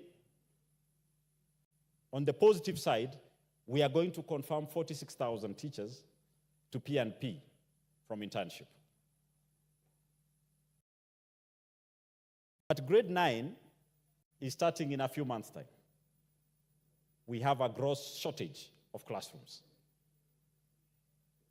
Equally, while we confirmed the 46,000, the initial plan had been to confirm 26, leave 20,000, and an internship, and recruit an additional 20,000 to bridge the gap. Now we are only discussing about confirming 46,000, which does not change the total number of teachers in JSS. Therefore, we shall be having a shortfall come January 2025. We therefore need to ensure that in the second supplementary, we have a discussion of bringing on board an additional number of teachers, not less than 20,000. Otherwise, we're going to have a crisis come January 2025. Honorable Gisero, the chair for the Departmental Committee on Education is not present, but I know he's listening, and our good chair of the Budget and Appropriations Committee too, because we are talking of JSS. We have more TTCs, and we have lowered the grade for entry into TCCs by teachers, but the P1 teachers have been forgotten. Many of them are retiring without employment. Sure. So I wish you could firm up that point, because you know the heart of the chair of Budget and Appropriations Committees with the nation and with the teachers. Yes, Speaker. I'm very sure that the chair is taking notes using his phone, because I know he's digital. He's been embracing the Gen Z agenda. Mr. Speaker, when we look at, again, the higher education, we again have challenges there. We've gone around through around this country to universities. There is a big disconnect between the people sitting in Nairobi and the student in the university. It's my strong belief that we need to enable the higher education to move around, to get in touch with the reality. But for us to insist that the university student, when they have an issue, they have to travel all the way to Nairobi for their problems to be solved, we are actually making a problem worse for our youth. So we need to properly fund the higher education loans board, be it administrative and other services required for them to reach the students down there. We appreciate that in this budget, the security has been well taken care of, that our police officers will get a better pay. These are people who provide security to us. These are people who are always on the front line to combat crime and other ills in society. So those are gains done by this committee, the Budget Committee, to ensure that they are taken care of. Honorable Speaker, I want to differ slightly on the common assertion coming from some members who've spoken here that repeatedly that CDF lost 30 million. CDF lost 30 million. I would prefer that we look at things more positively. I don't believe CDF lost. These are hard times, and everyone had to take a hit. Mr. Speaker, what we need to be telling Kenyans is the current amount we are getting into constituencies. How much has it done? How prudent can we get to ensure that the little we get delivers more to our people? If we visit the 290 constituencies, can the CDFCs show us that the little they've gotten is of benefit to the people? If it is, let's be more efficient on what we have. Let us not cry of losing, yet it is not a deduction. We anticipated more, but that more now is not there. So we are retaining what we already had. So let us not dampen the mood. We've done well with the resources we've had. We can do better with the very same resources. Mr. Speaker, on the health sector, again, this supplementary budget goes ahead to ensure that the interns are well taken care of, because we need a healthy nation. We need our youth to have jobs. It is painful for any parent to educate a child, only for this child to come and sit outside with a medical degree, clinic officer training, but sitting at home. So this is also to say that the government has taken concern on our health providers and ensuring that they're all taken care of, and we keep absorbing more. Honorable Speaker, we would like to inform that those who will be coming in, the new appointees, because some now happen to come from near where I sit here, we will still be hard on them if the views of the Kenyans are not taken into consideration. This was a starting point to have a progressive country, a country that presents to its people a progressive budget that indicates our ability and us living within our means. Honorable Speaker, electrification is a challenge, and we hope that in the next supplementary budget, rural electrification gets more funding. And lastly, Honorable Speaker, we are still wasting money on state departments that can be merged. We need to look into areas that can be consolidated to save taxpayers money. I thank you, Honorable Speaker, and I support this supplementary appropriation bill number 2. Thank you. Dr. Wilberforce Oundo.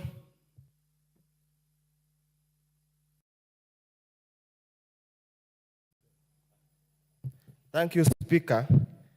Let me also stand and make my few comments on the Supplementary Appropriation Bill 2024. Honorable Speaker, we find ourselves in uncharted waters, unprecedented situation that we find ourselves in. This is the first time probably in Kenya, and could be in many parts in this world, where a supplementary budget is prepared before you even implement the main budget.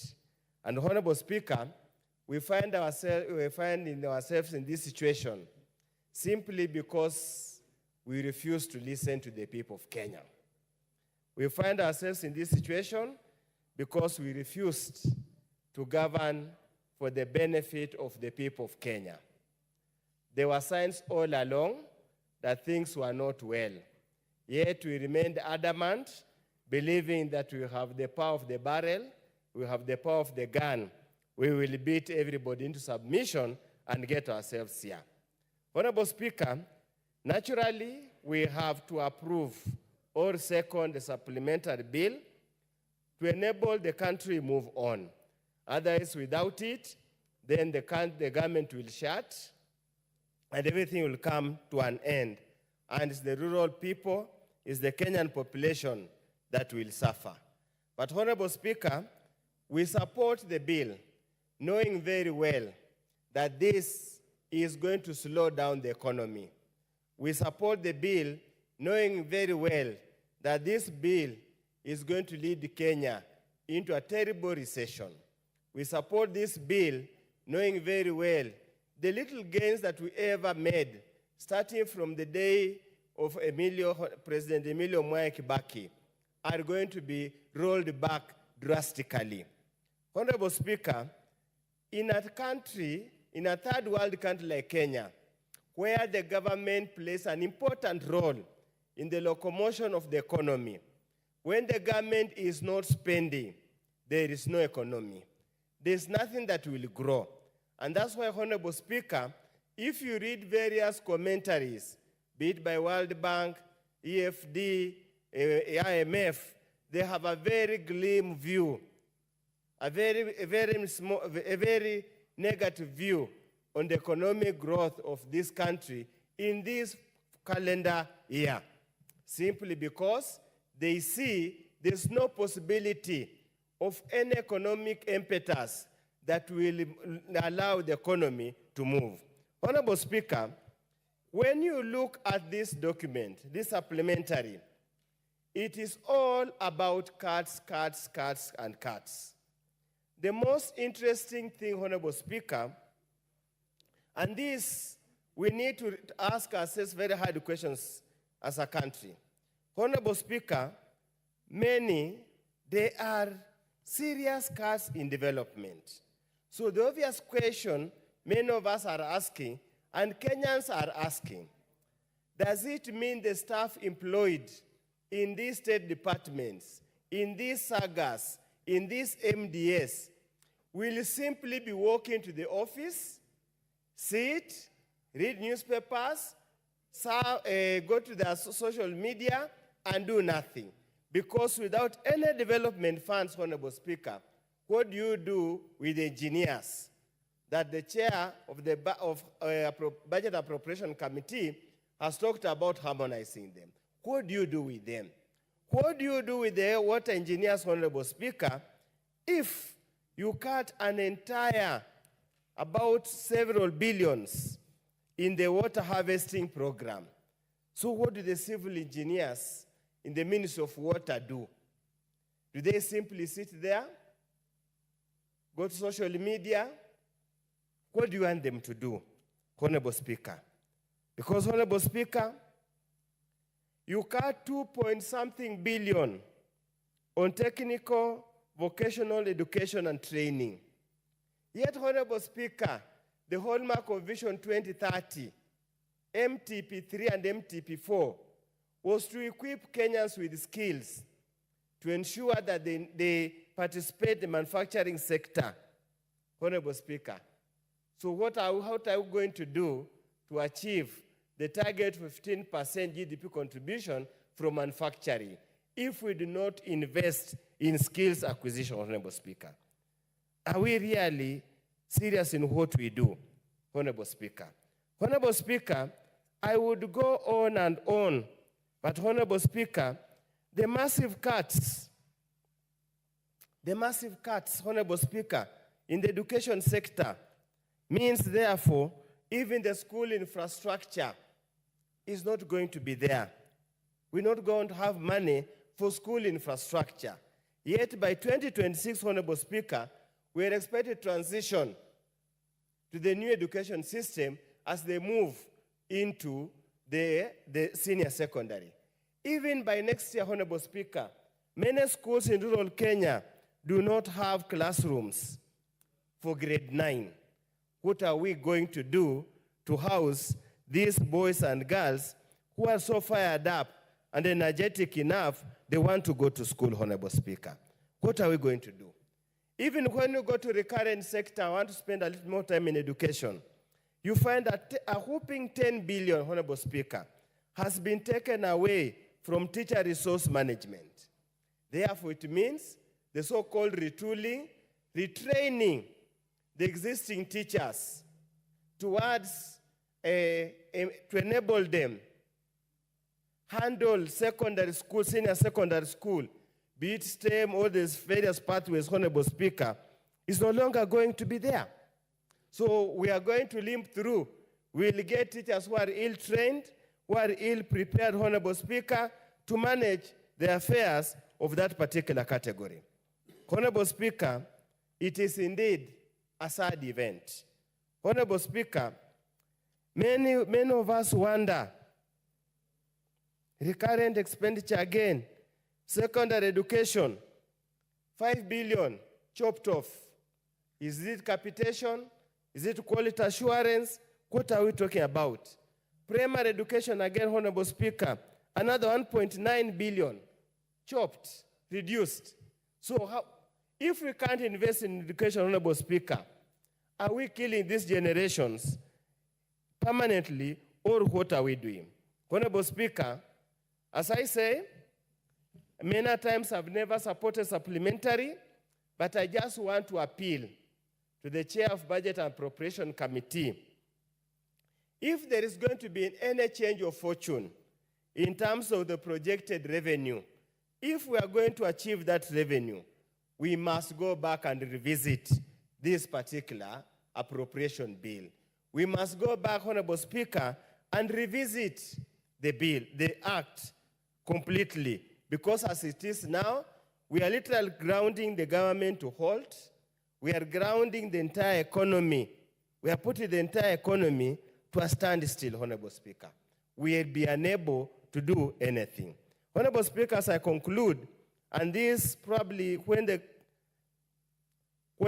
the chair of the Budget Appropriation Committee is responding, I have my tribulations. National administration, we have a cut of 6.6 billion on the general administration and support services. We need to know what has been reduced. Is it salaries to buy equipment?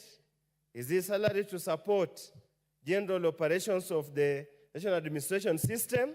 And if that's the case, how does it relate to security and security situation now that we're not going to create jobs? And if we don't create jobs, an idle mind is the devil's workshop. Honorable Speaker, as I conclude, we must also understand what's the purpose of passing an appropriation bill, yet the Treasury does not disburse the money. When you see the departmental committees, the PSS and the state corporation continuously lament that 30 to 40% of what is appropriated is never disbursed. We are running a broken system. As we support, we must go on record, we are running a rudderless and a broken system, Honorable Speaker. Thank you, Honorable Speaker. Thank you, Honorable Dr. Undo. The Honorable Cynthia Muge, attending to some state duties. The Honorable Charles Ngusia. Thank you, Mr. Speaker, for this chance and opportunity to want my voice on this important, unique, and in fact,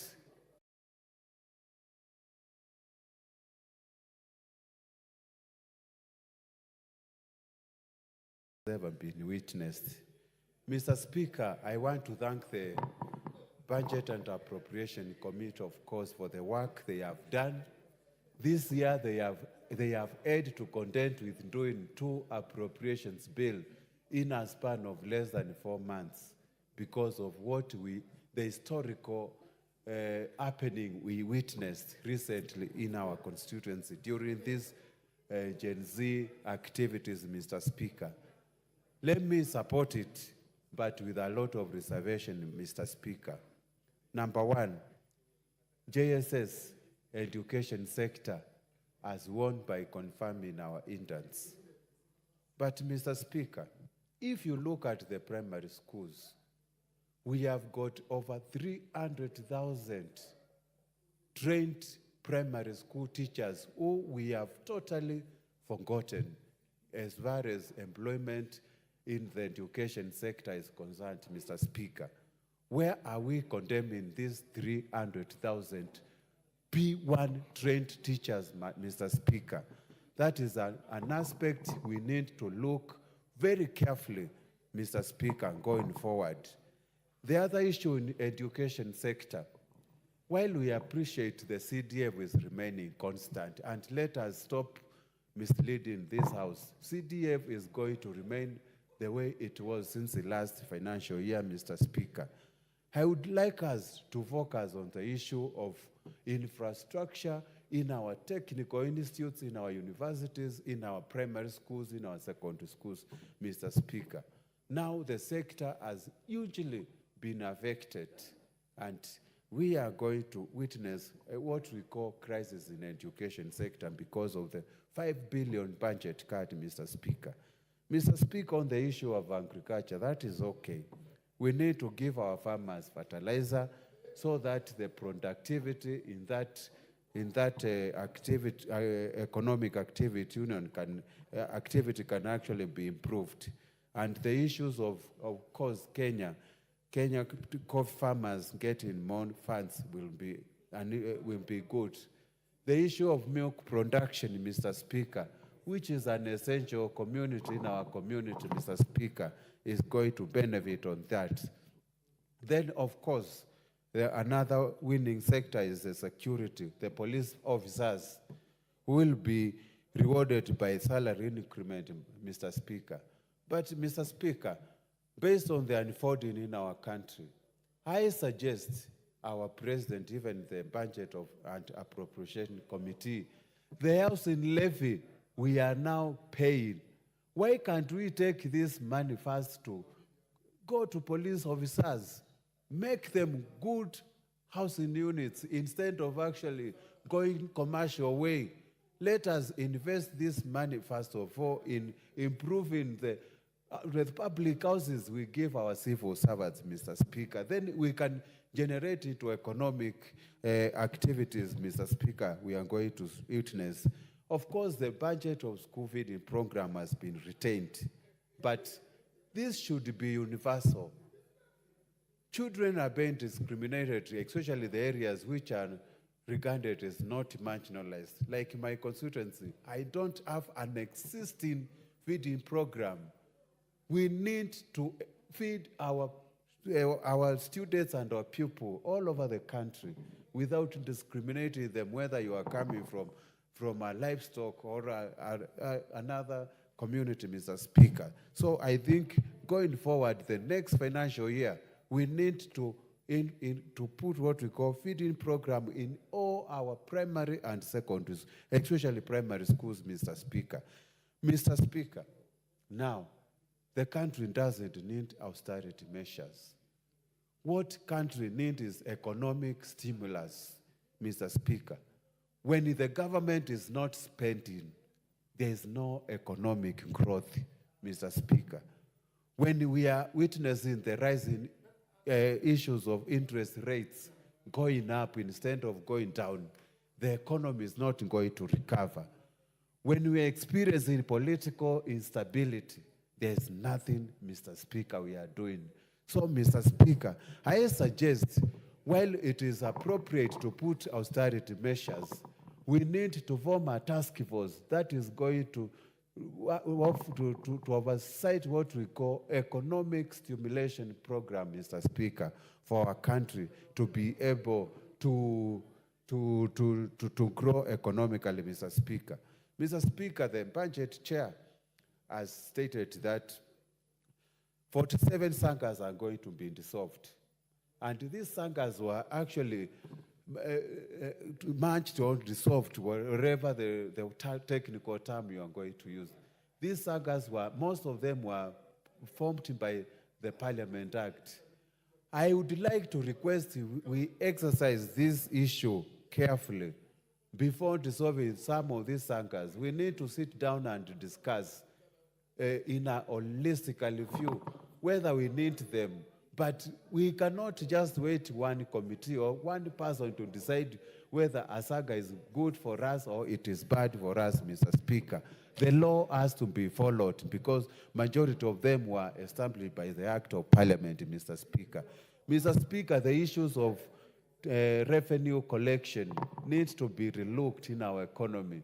I am sure whatever we are taxing Kenyans is sufficient to support growth, especially in our electricity sector, which has been adversely affected. Each of the constituencies could have gotten 50 million, but the money we are paying as taxes, we can afford to give each and every constituency, each and every Kenyan, each and every institution set up by the Parliament, we can give electricity, and which is a basic thing, Mr. Speaker. With those few remarks, I support, and I still insist, let us relook into the supplementary too, and reinstate these funds for electricity. Every Kenyan is entitled to have electricity, water, and food. Thank you, Mr. Speaker. I support. The Honorable Dr. Makali Mulu, the MP for Kitui Central. Thank you, Honorable Speaker. Honorable Speaker, I also stand to support this. And as a member of the Budget Committee, let me make these two statements, opening statements, just to put the record straight in terms of what Honorable Oundo and part of what Honorable CNN has said. Honorable Speaker, if you want to get the details of the budget in terms of itemized details, the Budget and Appropriation Committee did a report which was discussed last week. So that's why you find the details in terms of the changes which have been summarized into this bill. The second point, Honorable Speaker, the fact that we are proposing some changes to the parastatals or these sagas does not mean that we will not use the law. I want to remind honorable members that, honorable members, you did pass a law called Privatization Act. And that act stipulates very clearly what needs to be done before a parastatal or a saga is either privatized or merged with another one. So the law is very clear, it will be followed. My comments on this supplementary bill, Honorable Speaker, are as follows. Last week we did discuss the budget appropriation report. Last week we also went through a committee of supply, which was a committee of the whole House. And this is just a summary of the things we discussed last week. So, in short, Honorable Speaker, you will not find anything new in this bill, which was not captured in those other reports. But I want to pick 3 items which I think are important for Kenyans. One of them, Honorable Speaker, Kenyans need to note that the whole issue of GSS teachers who have been complaining that they are still on a temporary arrangement and they want to be permanent and pensionable, Honorable Speaker. Resources for that, the chair has confirmed we have those resources. So we want to encourage them that once this supplementary bill becomes an act of parliament, they should be able to be employed permanent and pensionable. The other matter, Honorable Speaker, which is critical is the issue of indents also in the Ministry of Health. Honorable Speaker, there has been a lot of lobbying from these indents that we need to factor in resources to have them employed also. In this supplementary bill, Honorable Speaker, there's a provision of 3.8 billion, which is expected to go towards that direction to ensure that these indents and the Ministry of Health are also employed, Honorable Speaker, on a permanent basis. So I thought it's important I say that. The other matter which is critical, Honorable Speaker, is the issue of A in A. Honorable Speaker, after we made a decision to to scale down the budget because of the issues of the withdrawal of the finance bill. A lot of institutions have come up with proposals to have their ceiling for A&A improved or raised, Honorable Speaker. And what that means, Honorable Speaker, is that the whole area of A&A, in terms of the way we generate our resources, requires to be thoroughly checked so that we know what is the potential for each MDA, so that we don't have areas where they collect more than they are reporting. In that case, we have what we call underreporting, because it is very dangerous, Honorable Speaker. What it means is they will have more resources as compared to what we have appropriated for them. And that leads to either unnecessary expenditure or expenditure which is not controlled by Treasury. But, Honorable Speaker, three observations which I think is important as we move to the future. One of them, Honorable Speaker, is if you look at this supplementary bill, a lot of money has been reduced on development budget. And that's why I want to agree with Honorable CNN. Honorable Speaker, if we are not able to carry out economic activities in this country through development budget, then we cannot talk about economic growth. If we can't talk about economic growth, Honorable Speaker, it means issues of employment creation and all that. So this is an area, Honorable Speaker, we need to consider as a House, as we move through the future, how can we ensure that we have more money for development as opposed to more money for recurrent? In that case, we'll be helping the economy. The other matter, Honorable Speaker, which is critical, is the issue of budget deficits. I realized initially when we started discussing this, we were saying we'll be borrowing about 141 billion, Honorable Speaker. From this bill, this figure has moved up to 170 billion. What it says, Honorable Speaker, is that our appetite for borrowing still continues to be there, Honorable Speaker. And we have said very many times, this area of public debt is an area we really, seriously as a country, need to discuss and agree on the way forward. For example, the budget deficit has now moved from 3.8 to 4.3%. And it is obvious, Honorable Speaker, it is very difficult to develop a country through borrowing. I think time has come when we must look at our public debt and say, what do we want as Kenyans? I think Kenyans out there, they have told us that borrow less, see whether we can use our own resources. And what Kenyans have said, since they have said they don't want to be taxed more, what it means, Honorable Speaker, is can we look at our expenditure items and come up with a good prioritization of the expenditure items so that at the end of the day, Honorable Speaker, we only fund what is very key or what is very core for this country. And in that case, we'll be growing the economy, and Honorable Speaker will be helping this country. So as I conclude, Honorable Speaker, because those are the only things I wanted to say, our colleague and friend, Honorable Bandi, who we've worked together on these matters of budget for a long time, is the man who is supposed now to be dealing with this budget, Honorable Speaker. And I can tell you, Honorable Speaker, it is not going to be easy. So I just want to say, we wish him well. He has been having very good ideas together with me. Now he has the opportunity to implement what we have been saying should be implemented. I will be still reminding him what we have been saying every day so that we help this country move to the next level.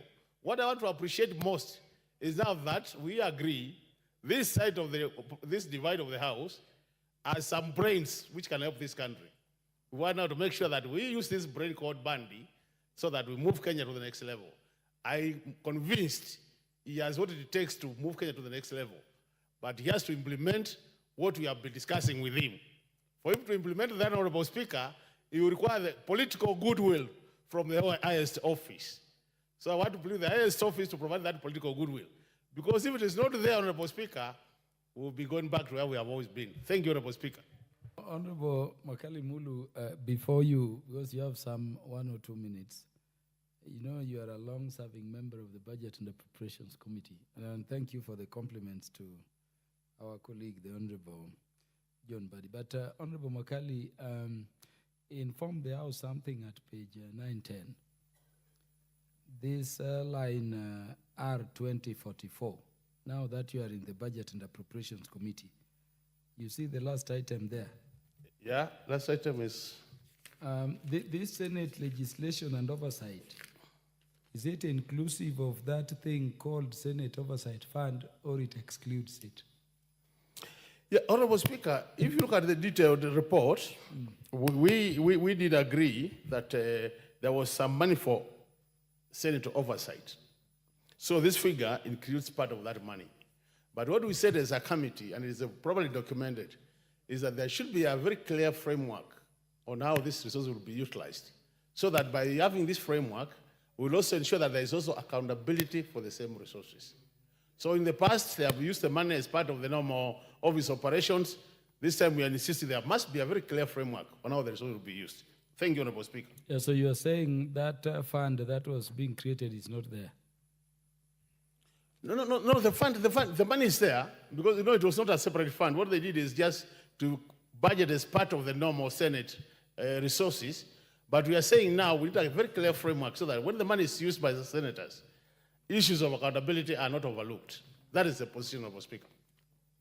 And so the senators will be paid salary for legislation and oversight, and they'll also have a Senate oversight fund. Do you confirm that? Yeah, Okay, that should be the position. Thank you. The Honorable Joanna Ngeno for purposes of balance, followed by the Honorable Francis Sige. Thank you, Mr. Speaker.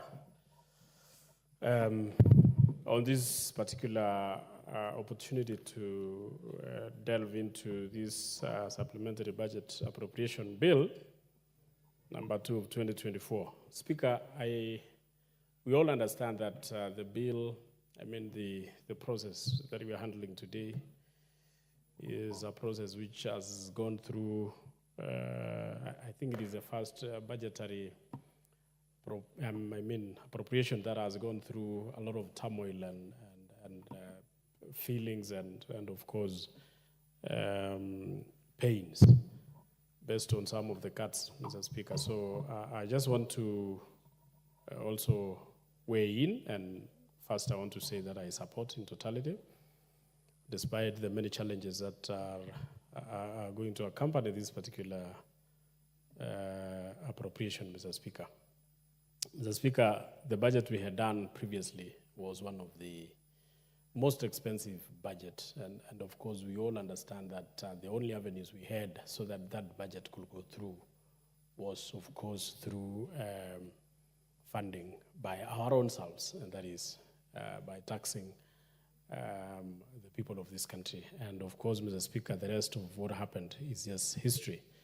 What I want to say, Mr. Speaker, is that I want to thank the chairman and the committee for the support they gave to the particular departmental committees on their particular presentations they made, and of course, the aligning of several needs by several departments and of course, the needs of the country. Speaker, I want to state categorically that our Department for Housing, the Speaker, although there were some few adjustments on some of the allocations, we still believe that what has been passed, Mr. Speaker, will be enough to run the State Department and, of course, to do the affordable housing and institutional housings and, of course, hostels and the rest of the other infrastructural activities that are within that particular budgetary proposal. Mr. Speaker, we also believe that although there are so many cuts which were done on other areas, Mr. Speaker, we believe that when the economy of the country rises to the level that we can comfortably allocate money to various activities, then, Mr. Speaker, I think there is a time that we can have some of the activities which has been budgeted, appropriated correctly.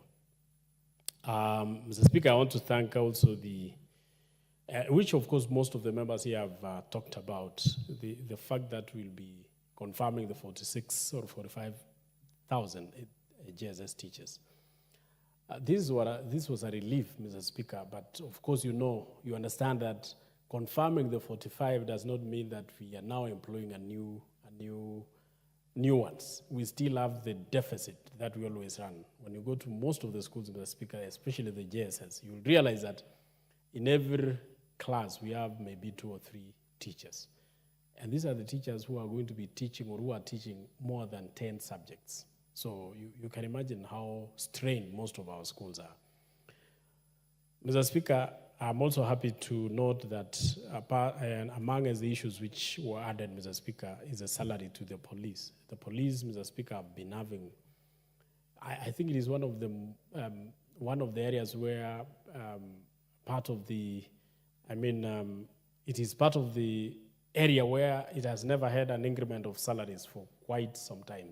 And I think this has contributed mostly to the issues that we normally have on the sector, because of the insecurities and of course also the laxity among us members of that particular sector, the corruption that is witnessed left, right, and center in most of the areas, Mr. Speaker. I think the increment of these salaries, Mr. Speaker, will go a long way to motivate our policemen so that they can actually do their work as is required.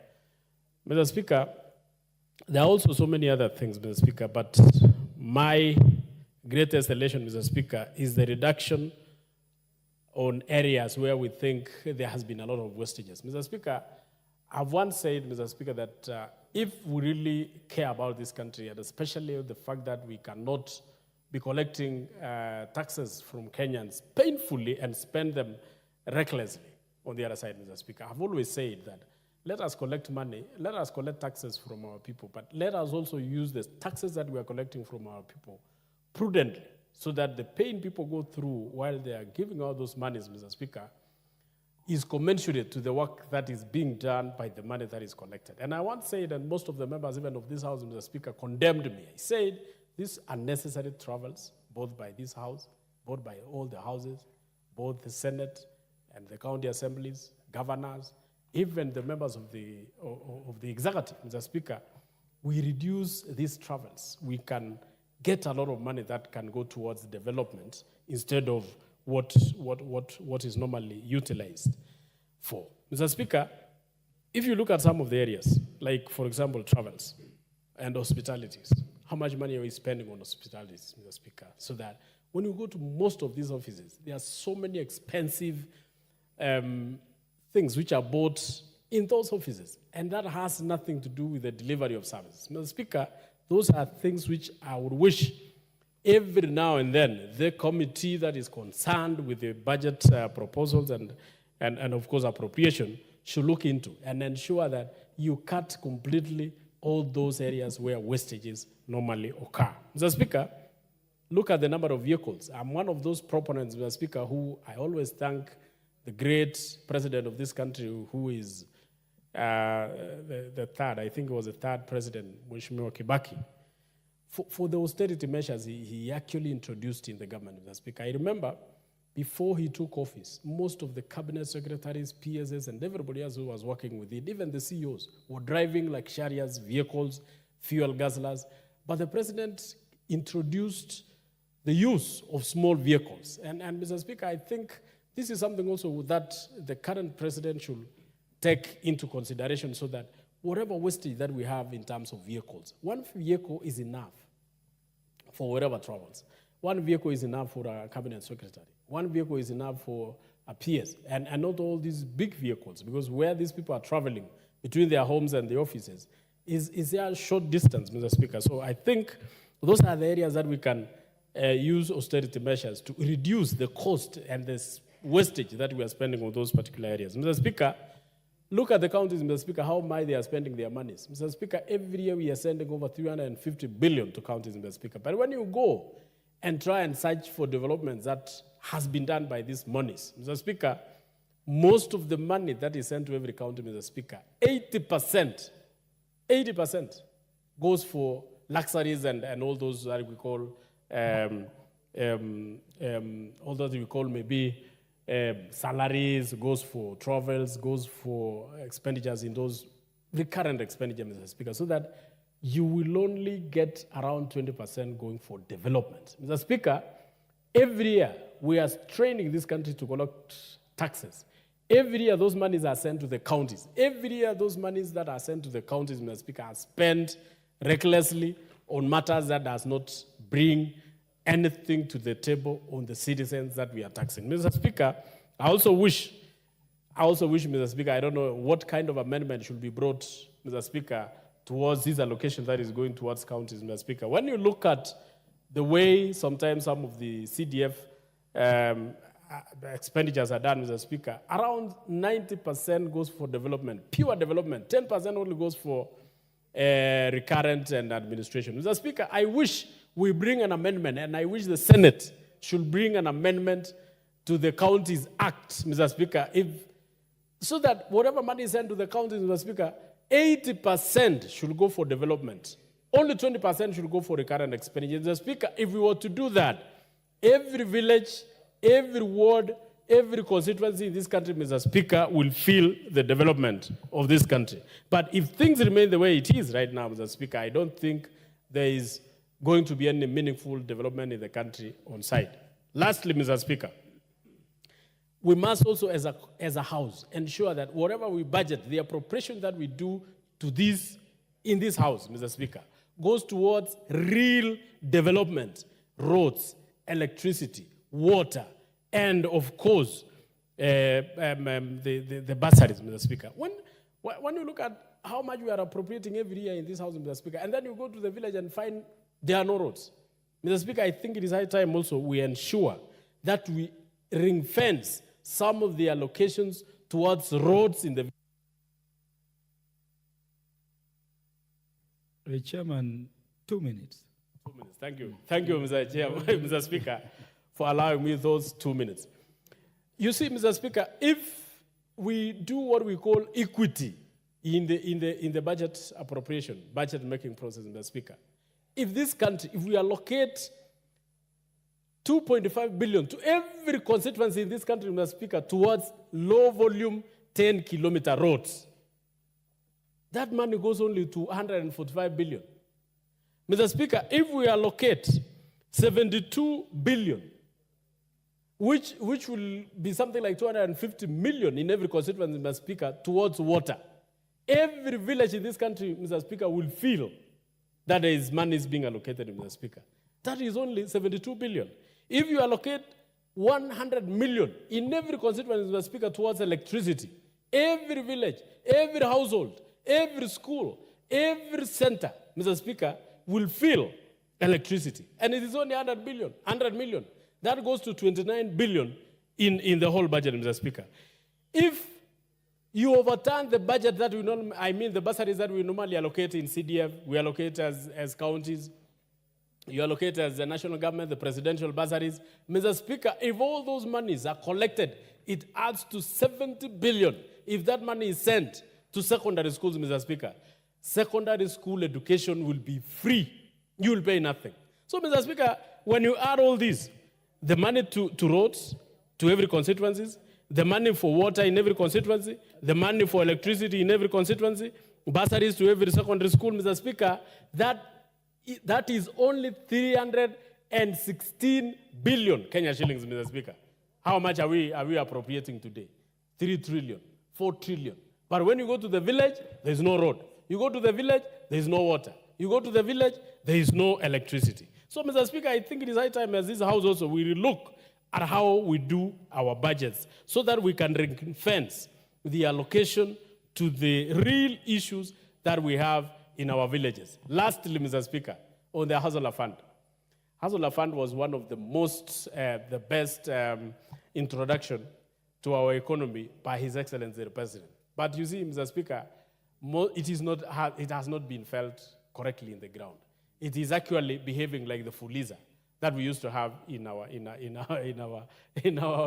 systems. Mr. Speaker, if you divide the 50 billion that we allocate to Hustler Fund among us 290 constituencies, every constituency will go with 172 million.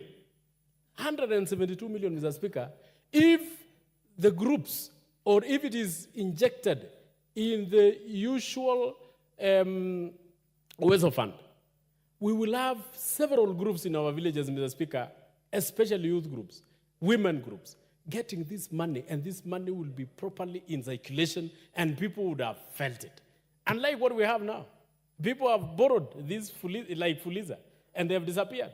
Some of them have just thrown away their SIM cards, and they are not paying back. So, Mr. Speaker, I think also this House has to take up the role of appropriating the Hustler Fund to be taken directly to the constituency so that youths and women can form groups and get empowered through this money. Mr. Speaker, I thank you and I thank this House and I support. Thank you, Chairman. The Honorable Commissioner Ambassador Francis Sigei, MP for Sotik.